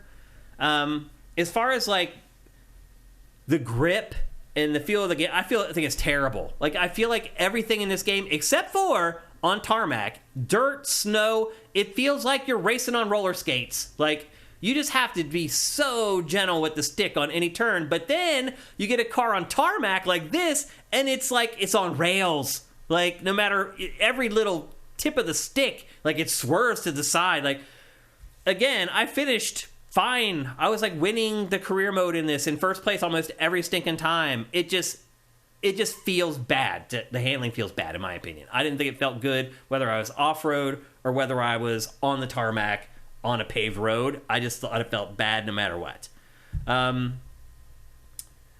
What else? The races are really long. They're 10 minutes apiece. They're like 30 kilometers long. Marshall is bold, I have to say. What is? Marshall, just standing in the road. Oh, yeah. Wait, yeah, you're supposed to stop before you run into him or whatever. The tracks in this are at least double the length of the average track in the Dirt franchise. And I know a lot of you guys have played it. It's been on Game Pass, and it's been offered for free with Xbox Live Gold here and there. Most people have played Dirt. The tracks are double the length of Dirt, and Dirt's tracks are already pretty long. I already talked about the performance, the screen tearing, the engine buckling. Honestly, it makes the game a complete deal breaker, Matt. Because if you make one mistake, it fails a race. You can't have a game that stutters and buckles when that's the case. Like, it just can't happen. The rain and the water effects in this are laughably bad. Like, you go through like a stream and it's like this white wall that just like goes out in front of your car. As I said, the tracks feel dead. It's just you and the track. There's never anyone or anything out on the tracks. Nothing's happening off the track. As I said, there's damage, and the damage will affect the handling of the cars as well, which is annoying. Like, there was one, again, these races are so long, I had wrecked really bad, and for the next 5 minutes, I had to hold left the whole time because the car was pulling to the right. I don't know. Again, I haven't played a game with this many faults in a really long time, and particularly a driving game. It's really hard to make a driving game with this many issues in 2023, but somehow Codemasters managed to do it. This game is a mess. I'm shocked that they released it. I'm not shocked that they're giving away like a free 5-hour preview because I feel like otherwise no one's going to buy this game, because I did read like a review or two. I couldn't believe how generous they were to this game. A couple of the reviews that were out there, I was like, whoa, okay. So EA Sports WRC getting off on the exact wrong foot for all of Codemasters rally racing games, because it has like 3 franchises. This is kind of its wheelhouse. So I was really disappointed in this game. I did play it on Xbox Series X, so I cannot say for sure that if you play it on PlayStation 5 or PC that it runs like it does on Xbox Series X, but on Xbox Series X, it ran like trash. These days it usually runs worse on PC at launch. Sometimes, yeah. But it's Codemasters, and Codemasters has a pretty good reputation on PC generally. Yeah, there's only so much you can do with Unreal 5. Yeah, it's true. It's weird how everything kind of has the same problems. It is. I saw someone in chat was like, what's up with Unreal? Like, it is kind of Unreal. Like, for whatever reason, developers can't get their head around it. AJ asked for no rewind feature. No, there's no rewind feature. Yeah, I think the Forza rewind feature should be standard in all racing games. It probably should be. Especially in something like this, where literally the track is just as wide as your car, and if your tire goes off-road, you fly off the track. Like, obviously let the purists turn it off, but yeah, like make it an option. Yeah, if I want to just not have to redo a giant, 10-minute race, I should be allowed to do that. Me. Yeah. Put a giant asterisk next to my times. I don't care. Yeah. Feels like Rolling Roller Skates. That's usually realistic. Seems like Shane is not used to these kinds of games. I am, dude. I already said that I love their rally racing games. I have played Rally Sport Challenge 1, 2, and 3. I have played Dirt, all of them. I've played all their rally racing games. Yeah, but all the games you're listing are arcadey more than the WRC ones. Well, he's saying these types of games. This is the only one. There is no other one. This is it. Like, are there no Dirts anymore? Yeah, but as you said, they're arcade style. I'm saying this is the only rigid simulation rally racing franchise of theirs. Like, all the other ones are more arcadey. Because obviously for reasons that we just found by playing this game. So it's a shame like that EA spent like, what was it, 1.2 billion or something for Codemasters. I don't know. It was something outrageous. I'm pretty sure this wasn't the make or break game for them. No, I mean F1 is their recurring franchise. That's money in the bank every year. And then their rally games come out once every couple years. But and Dirt is really their bread and butter on that. It is. Dirt is their rally racing franchise that sells the best because, to your point, it is more user-friendly. But I have played the living crap out of every rally racing franchise. I played Colin McRae Rally back in the day before he passed, and they changed it to WRC. That has nothing to do with it.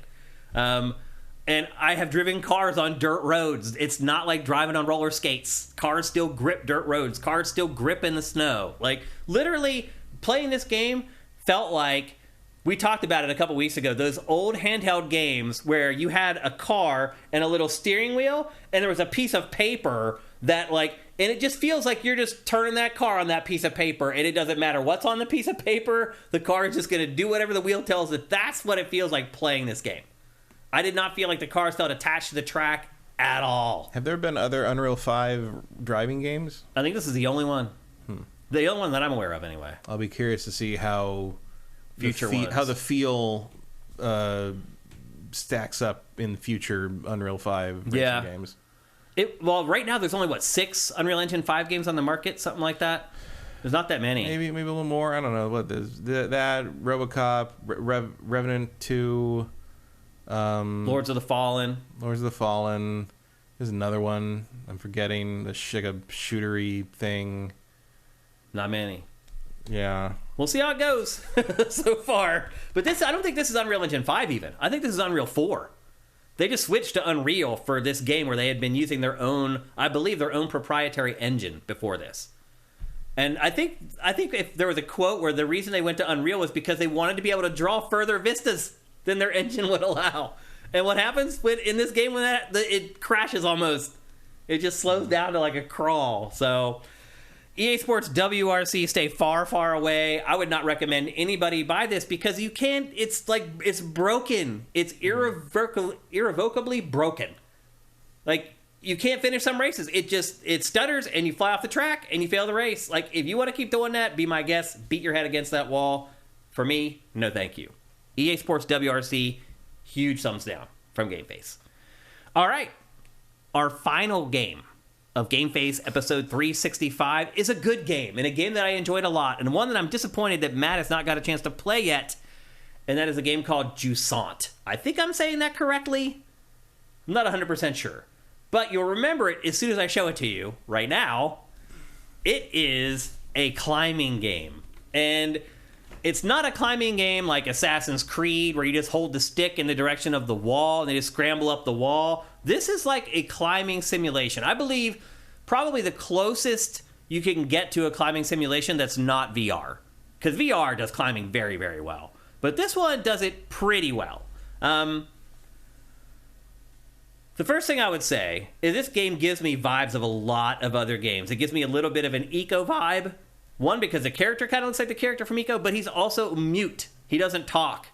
So you have to learn everything by grunts and facial expressions and hand gestures. Although Eco does talk. Yeah, you're right, he does. He just doesn't speak English. Right, he speaks a gibberish. This guy doesn't talk at all. And he has that little thing in his backpack that helps him climb. It helps set like his grapple points for him throughout the course of the game. So it also gives me some Journey vibes as well. Because there's no overt storytelling in this at all. You have to uncover what's happening in this game by picking up pieces of paper that have been left around. So what has happened is civilization has been wiped out by the Jusant. That's where the name of the game comes from. And you play as a young climber, and you're carrying an infant ballast. That's what that little thing is in your backpack. And it has the ability to restore water to wastelands that have been dehydrated by the Jusant, the world-ending event, which is said it's French for receding tide. That's what the developer said anyway. But anyway, there's no overt storytelling. So you're trying to figure out what happened to this society. Why did it go away? Why did everybody disappear? What was the cataclysm that caused everybody to disappear? And again, you use the letters that you find that kind of spell out the story for you. Now, even then, they leave a lot of things ambiguous, and I think that's on purpose. I think they want you to kind of fill in a little bit of the blanks yourself. But it does give you a general framework of what happened to this society before you show up. So as you can see, it appears that this is set on Earth because it has all these old elements of Earth life. There's boats, there's children's toys, there's like textile stuff, there's kitchens for people to make food in. And there's another way that you can learn through the lore by using these magical seashells. You can listen to like an oral history of some of the stuff that happened in the past via that vehicle.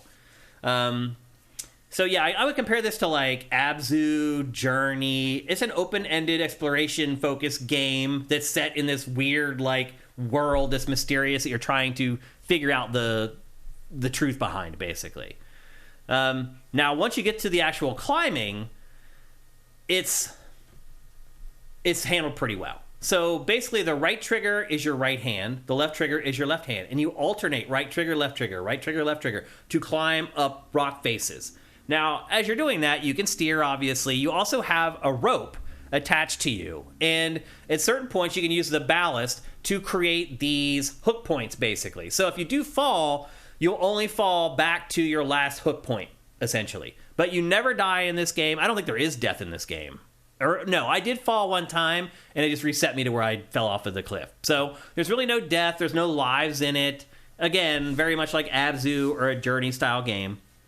And you use the 2 shoulder buttons to scale.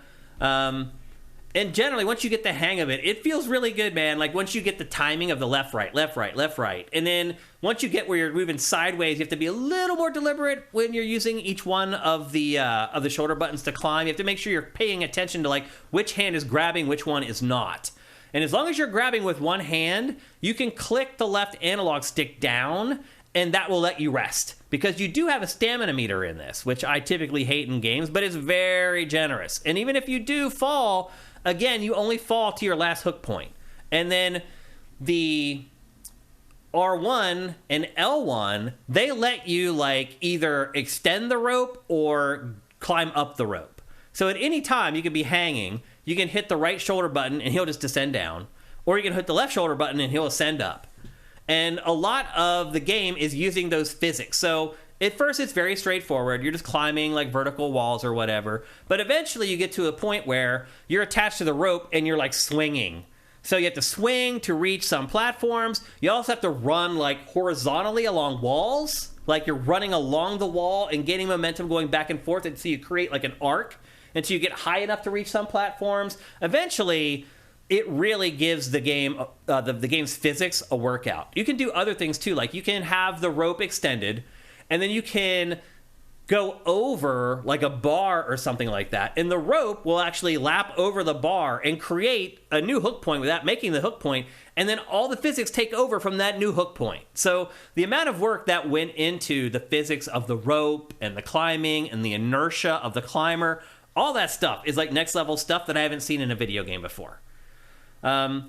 Also, some other controls that you have, like, once you swing up and you grab onto a ledge, you have to hit the A button to actually pull yourself up, because they want you to be able to dangle if you want to shimmy along ledges before pulling yourself up. So it's very essential that that's there. So you're seeing, like, the rope is attached to those, like, modules or whatever in the walls. You can hit the B button to detach that at any time if you want. And if you were to do that and detach the rope entirely and then let go of either one of your hands, you will fall. You will fall down, but you don't die. You just respawn where you were last or whatever. But this game really has free climbing physics and mechanics. And there are times, like, for me, some of the puzzles in this were figuring out, like, how to use the climbing mechanics to get where I needed to go. And so it's not just straightforward. You're like, oh, I just need to keep climbing up the wall. No, it gets very tricky. Like, eventually they'll put, like, borders in between you, and you need to figure out how to get over that border to get to the next area on the other side of the wall, or the post is sticking out of the side of the wall. And that's where things start to get a little bit tricky. What else can I say?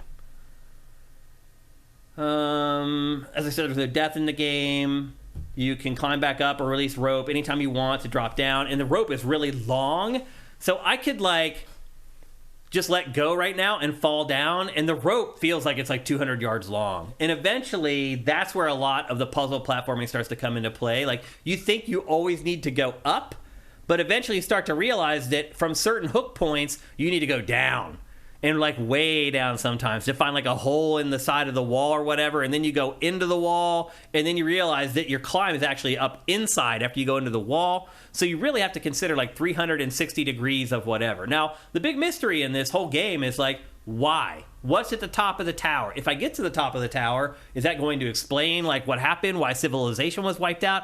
That's the mystery that keeps you going. But it doesn't need to keep you going all that long. This game took me, I think, 3 hours maybe to finish. I basically did it in one sitting.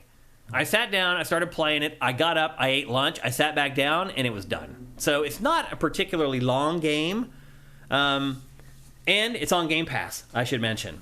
It is available for pretty much every platform, if I remember correctly. I wish the lower third was there because I had it in there. But it is on Game Pass. And so if you want to give it a try for minimal risk, it's a good place to do it. And I have a feeling if you do that, you'll get hooked on it and you'll finish it just like I did. Like, I just started it and I was like, I want to check this out to see the mechanics, the climbing mechanics, because they should be something new. And as it turns out, they were. And I got hooked into the world. I got hooked into the flimsy story, and most importantly, I got hooked into the climbing mechanics and had a ton of fun with this game. Do you have any questions about this game, Matt? No, I mean, I was interested in this because I follow whatever Don't Nod does, but I completely didn't realize it came out, and I completely forgot that the Don't Nod climbing game was called Jusant because that's not a word that means anything to me. They made it up to describe whatever the cataclysm is that ended the world, basically, in the game. Really what this game does, though, that I admire about it the most, is it just cuts out all the clutter and the BS that's in a lot of modern games. It's like there's no skill trees, there's no item durability, all the minutia and like the little stuff that are in games now that a lot of cases make games good, in some cases make games really freaking annoying. This game has cut it all out. It is literally just the essence. Climb to the top. That's it. Here's the tools. They don't change much throughout the course of the game. Learn how to use them better and get better at the game and keep climbing up, and hopefully you solve the mystery. That's all this game is. The story, it gives you as much as you take away from it. Like, I don't usually read stuff in games, but in this I did, because the game itself isn't telling you what's going on. And so I did find myself reading the pages that I discovered around the worlds or whatever. And again, it allows you to get as much or as little out of the story as you want. So I had a ton of fun with Jusant. Again, it's not very long. It's not a big commitment. It is on Game Pass. So if you're a Game Pass subscriber, you can play it for 4 pennies or whatever each game costs on Game Pass per month. And I do recommend it. I do recommend it to people, too, who are interested in making games. Because here is a brand new control scheme that has not been seen in any games before. It shows you that there is always innovation. You can always innovate in art. No matter how you think things are rote, things have just all become the same, you can always innovate and do things differently and do things better. And I think that's what Jusant proves. So if you're an aspiring game developer, I highly recommend giving this game a play. Just to see what's possible when somebody opens their mind and doesn't dedicate $150 million to a project. Because stuff like this is way too risky for big budget AAA games these days. So that, to me, this is why these smaller games exist. To try out new ideas like this, see if they work. And I will be interested to see what they do with the sequel to this, Matt. If Don't Nod is like, okay, proof of concept, nailed it. Now let's blow this out into a full-fledged game. I don't know if that works within the context of the plot and the way the story's told, but I do believe that Don't Nod will try. Because this game, regardless of whether it sells or not, or whether people like it or not, this game is a success. To be able to create something like this from scratch that no one else has done or even really tried to do, it's impressive. So props to Don't Nod. I did enjoy it. It's called Jusant. Whether you're an Xbox owner, a PlayStation owner, or a PC player, you can play it. I don't think it's on Switch. Probably will be eventually. This isn't all that demanding. It should be able to run on Switch if they work on it a little bit. So I think it probably will be there eventually, but I had a lot of fun with it. It's unique. It's unlike anything that I've ever played before, and I definitely recommend it. Vincent says, I doubt it gets a sequel. I don't know why he's saying that, but... and he said it didn't click for him. Not, sir. Thank you for Twitch Prime. I'll say this. When I got to the first part of the game, where I had to actually think about things and had to actually figure out, like, how can I use the mechanics that I've been given to get around this area that it seems like they won't work for, I did get a little frustrated, and I almost quit. I tried like a couple different things. It didn't work. And I was like, oh, okay, I see. This game's kind of annoying. And then I figured out how to get around it, and it was smooth sailing from there. So even if you do hit a couple, it's new. Anytime you have something new like this, it's going to take a little while to get your head around it, to try to figure out what the game's doing, what it's asking you to do, what's possible with the mechanics that they give you and the physics that they give you, all that kind of stuff. So I can kind of understand where Vincent's like, it isn't clicking. Vincent, I would say go back and give it another chance. Because, again, there's nothing else like it, and ultimately they do nail it. They do nail the concept and the ideas and the physics and the mechanics. So I'm a fan of Jusant. The game of the year for best indie game this year is going to be impossible. Like, I have a hot list of like 5 or 6 games already that are like, I'm going to have to decide between. So this is another one. This is, if I had to pick 5 nominees for indie game of the year, this would be one of them so far. So, and again, you got to remember, I'm a gameplay first guy. So games like this are going to resonate with me. Games that try something new and do something new in the gameplay department. So anyway, there you go. That's Jusant. I don't want to spend that much time on it.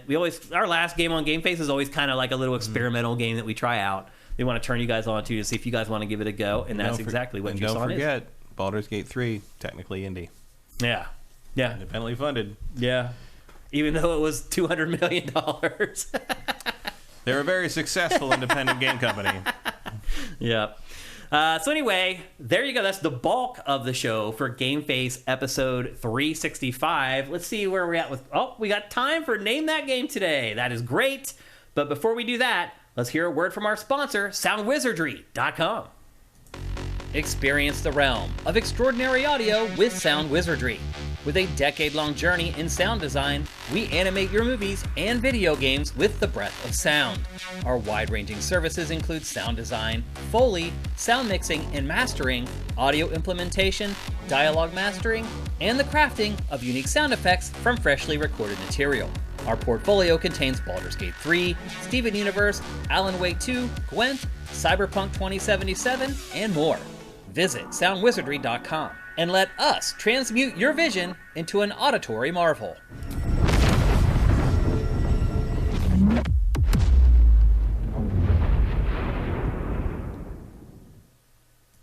One thing I'll say I'm proud of with Sifted is how the site and our content tends to gather developers.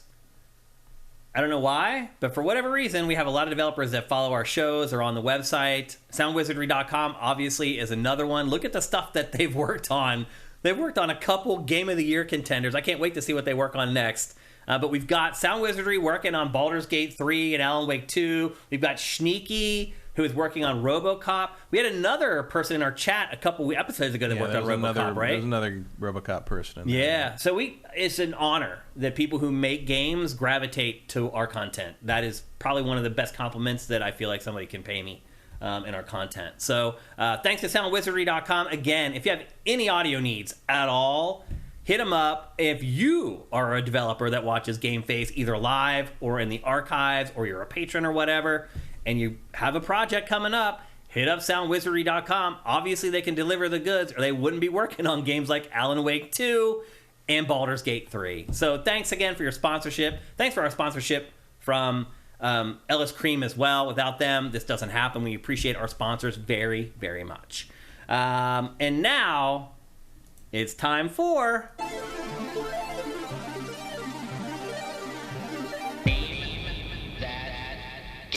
That's right, people. It's time for Name That Game, where I show you screenshots from a video game and you try to guess the name of the game before Matt Kyle.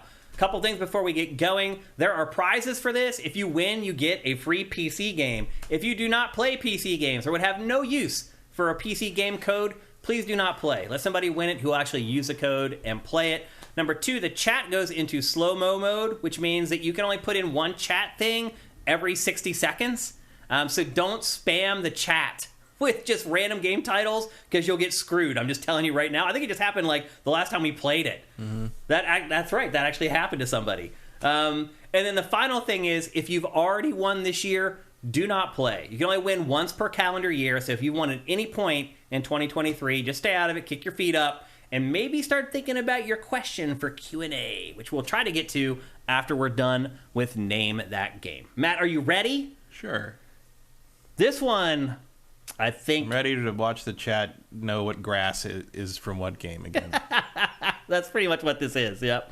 I have a feeling this one will be guessed by the second screenshot, but we'll see. I've been wrong before. All right, you guys ready? Here we go. Name that game. Image number 1.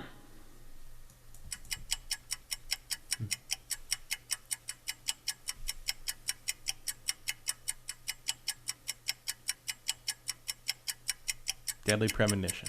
Nope. I'm showing you the tree, though. Trees tend to give it away. It happened in, 2 weeks ago with Firewatch. The trees gave it away. Or no, that was Life is Strange, I think, or something. Yeah. The Witcher 3, no. Resident Evil 4, no. 2 Witcher 3s. That tree must really look like a Witcher tree. Alan Wake, no, but I could see where you might think I would do that. Resident Evil 7, no. Got any more guesses? RE4, no. Witcher 3. I lost so many Witcher 3s. Wow. Be the Witcher 3. The stone wall in the back and the right looks very familiar, but I can't place it. Spider-Man PS4, no. Silent Hill 2, no. Any more guesses from you guys? What I'm figuring out, Matt, is a lot of people don't guess on the first image anymore because they're afraid the second one's going to come up that'll be more obvious and they won't be able to put their guess in. Okay, it looks like that's it. All right, here comes image number 2. Go! I mean, that should give it away. Someone's going to get it from this, I think. We'll see. I can't even read it.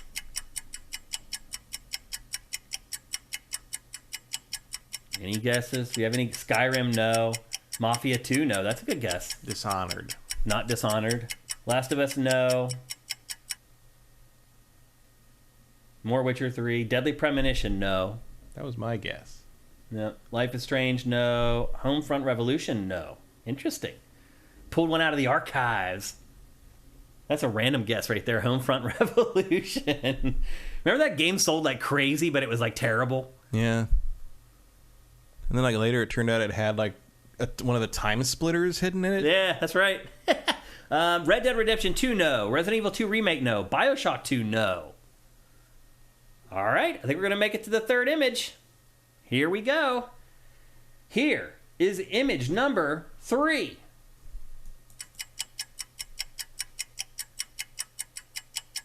Mega Drive Guy, thank you for Twitch Prime. And thanks for the hype train, everybody. LA Noir, no. That's a pretty good guess, though. Uncharted 4, no. I can see why you'd think the map on the TV might be Uncharted, but it's not. Mafia 2, someone else guessed that already, no. No guesses, Matt? No, I don't recognize that. Okay. Wow. Okay, it looks like we're going to go to the fourth image. There's no guesses coming in here. All right. Here, this one is definitely going to give it away, so be ready, everybody. Here's the fourth image in 3, 2, 1, go! GTA 5, no.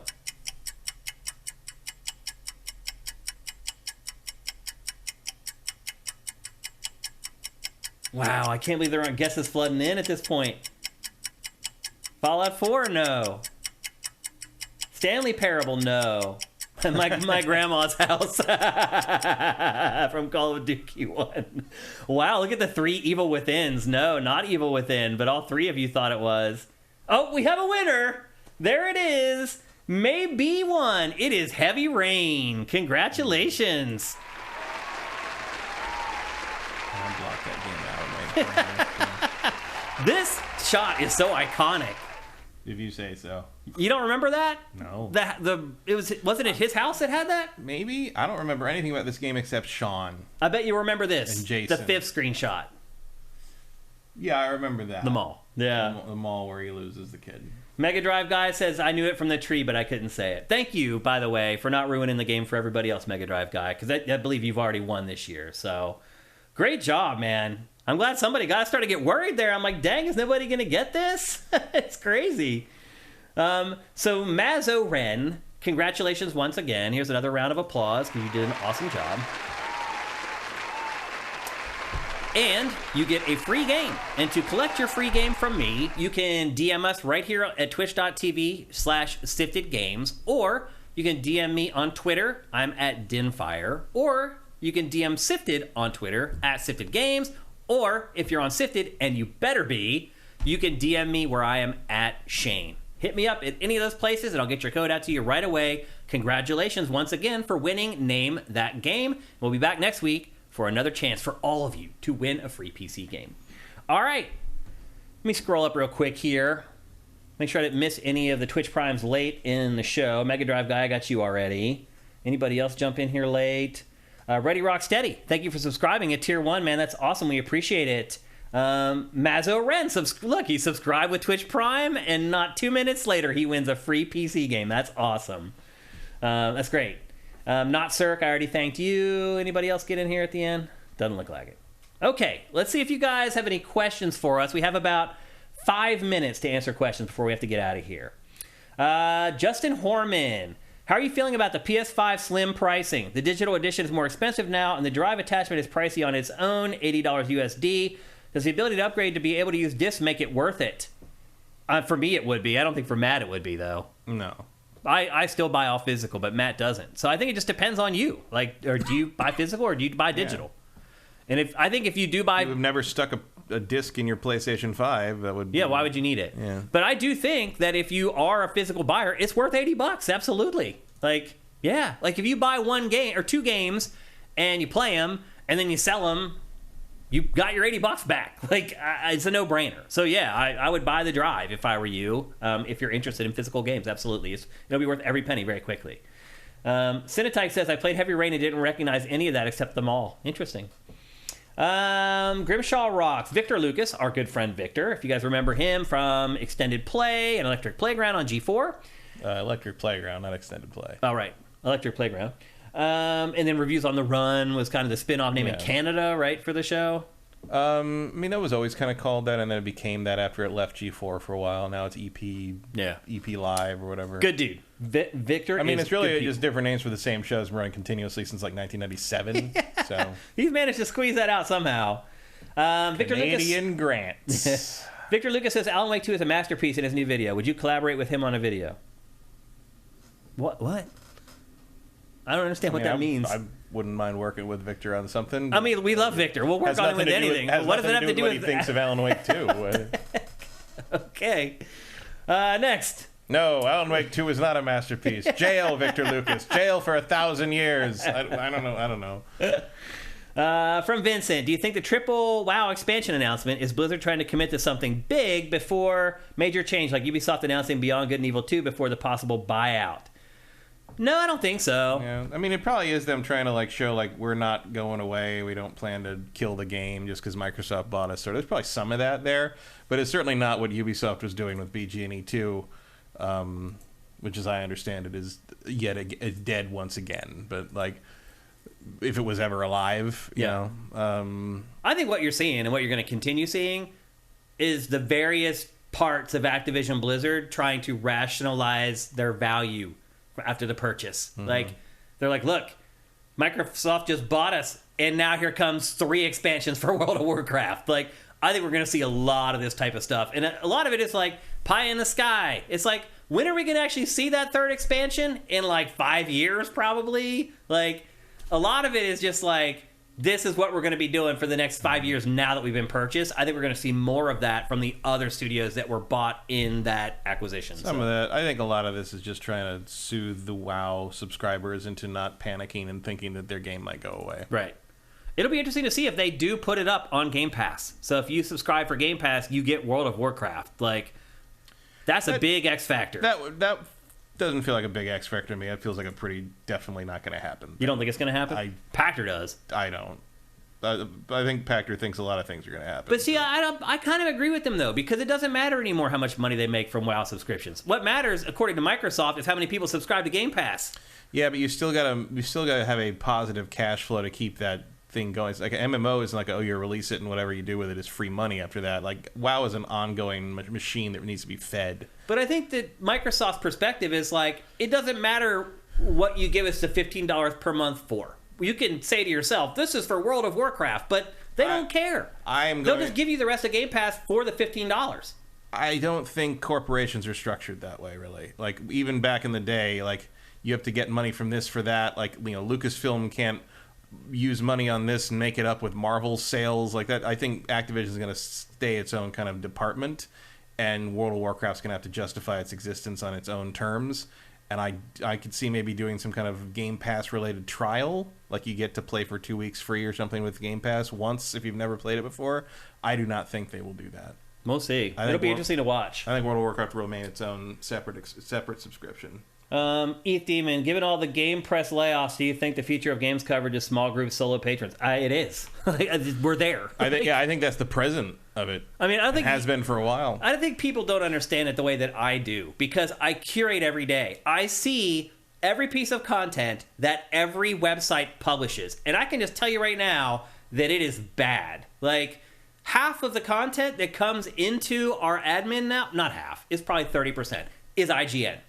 It just is. IGN is a machine. It does all the stuff that the small guys wish they could do, but they don't have the finances and the bandwidth to do it. And then if the little guys do manage to find something that they've created that's original, IGN just steals it. I mean, I'm just being honest with you. I see it over and over again. Perfect example, GameSpot's expert series, where they have a weapons expert come on and say, this gun in Call of Duty feels accurate or it doesn't. Now IGN stole that whole idea, and now they're doing expert shit. Like, to be fair, GameSpot got that from other YouTube channels anyway. There's no original ideas left. To be fair, everybody stole everything from game trailers back in the day, if you really want to get to the nitty-gritty of it. But the fact of the matter is like, IGN is just taking over. All the little guys are running out of money. They can't produce content. No one can compete with IGN, not even GameSpot at this point. Like, they are just, IGN is a snowball rolling downhill, and it's just rolling over all the little guys. So, yes. I mean, it's already here. It's not even that it's the future. It's now. Now coverage is about small groups, small Patreons, solos, whatever. That's just what it is. G4 didn't steal anything from game trailers because we couldn't afford to do any of that shit. Yeah. Let's see. We'll answer one more. Let's see. There's so many. We can't answer them all. I'm sorry, guys. Lestaved, the owner of LS Cream, will answer his question because he supports us big time. Are you excited for the Marvels, Matt? We kind of talked about it last week, but... No, because I've talked to too many people who worked on it. No, really? Like, I've seen it already. Like, it's not great, and it sucks because I like all three of those characters, and I would be excited for it, but I've heard too much negative stuff from people, and I think... I think staring down the barrel of a $40 million opening weekend, which is less than Flash, it really suffers. It suffered from kind of the less excitement for Marvel over the course of sort of like some lackluster stuff. Ant-Man did some damage. Guardians still obviously did well, but people care about those characters. The problem here is Captain Marvel 1 made like a $1.1 billion. So people were super ready. I mean, that was also because it was in the middle of the Infinity War Endgame hype cycle. Mm-hmm. But, the reason Guardians did well is people are invested in those characters. People care about Rocket Raccoon and Gamora and Drax and everyone. They want to see what happens. Yeah. How can you be invested in Captain Marvel when she's been in maybe 6 minutes total screen time since her movie? That's true. They haven't done anything with her. Yeah. You've got, and then Monica, also cool, love Photon, but she was in WandaVision mostly. Like, her from the first movie, but she's powered up because of the WandaVision thing, which is and then Kamala, who's great, is from Ms. Marvel is a good show. But again, the problem with branching into TV like this is hundreds of thousands of people watch the TV shows. Millions of people watch the movies. Mm-hmm. So I'm sure there's going to be a quick, 10-minute recap. These people have never met each other. People aren't going to know what's going on. Two of them haven't met Ms. Marvel before, so there's going to be a quick recap of who these people are. But people have been seeing this, and there's a lot of FUD being spread on Twitter about nobody knows who these people are. But a lot of it is just there's no investment in the characters because there's not a widespread audience that has seen Monica and Kamala. And Carol has been a non-entity in the MCU since her movie came out. Yeah.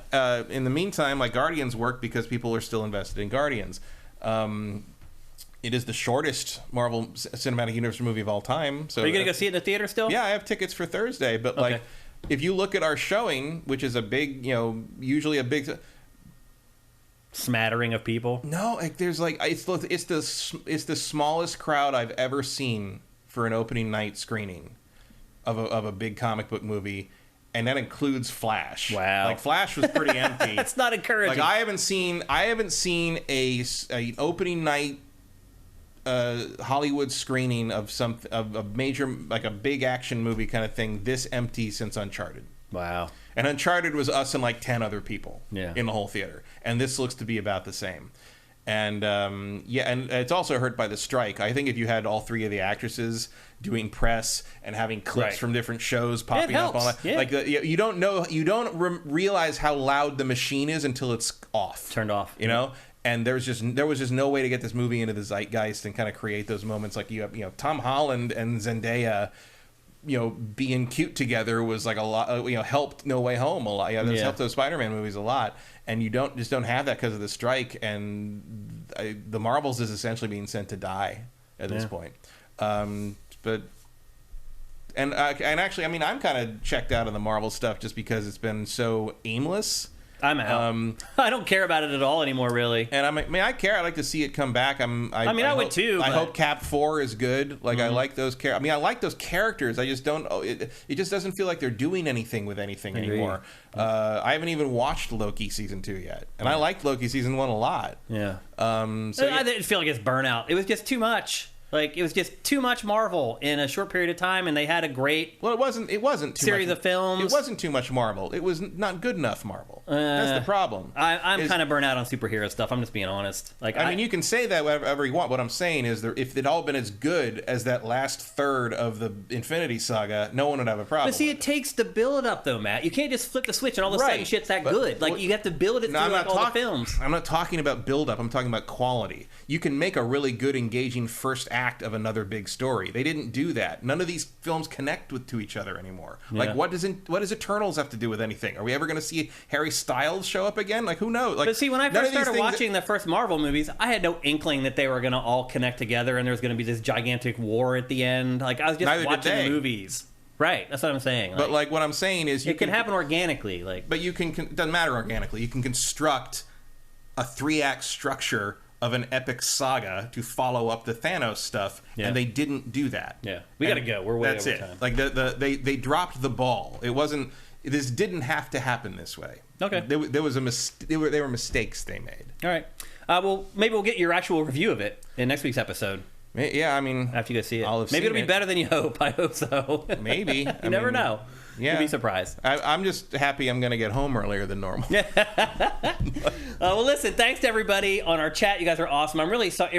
It does hurt me when I see so many questions in our chat that we can't answer. Like, I really wish we could stick around and answer them all. But we can't. But thank you guys. Everyone in chat, you guys are awesome. Thank you for live fact checking us like you always do, so we don't have to do a weird, like, here's where we messed up segment in every episode. Thanks for all that. Thanks for showing up live, period. You guys make the show better with your questions and your comments that we weave into the show. Thank you very much. If you listen to this show on any of the podcast services or you're watching it on YouTube and you want to support us, head to patreon.com/sifted. That's SIFTD. For $4 a month, you get all our content early, and unlike other Patreons, you really get it early. GameFace 4 days early, Pachter Factor a week early, everything else at least 3 days early. There's really value in being a patron with us. Everyone else has to wait quite a while to get our content for free on YouTube or the podcast services. And if you're listening to it on the podcast services and you can't afford to contribute, you don't want to, and you still want to help, just review the show. Review the show on the podcast service right now. It would be a huge help for us. It makes a big difference. It gets new people tuned into the show. So thanks, everybody in the chat. You guys are great. Thanks to all our patrons. Thanks to our sponsors, LS Cream and SoundWizardry.com. We love all you guys. We'll see you next Tuesday. GameFace is up and out.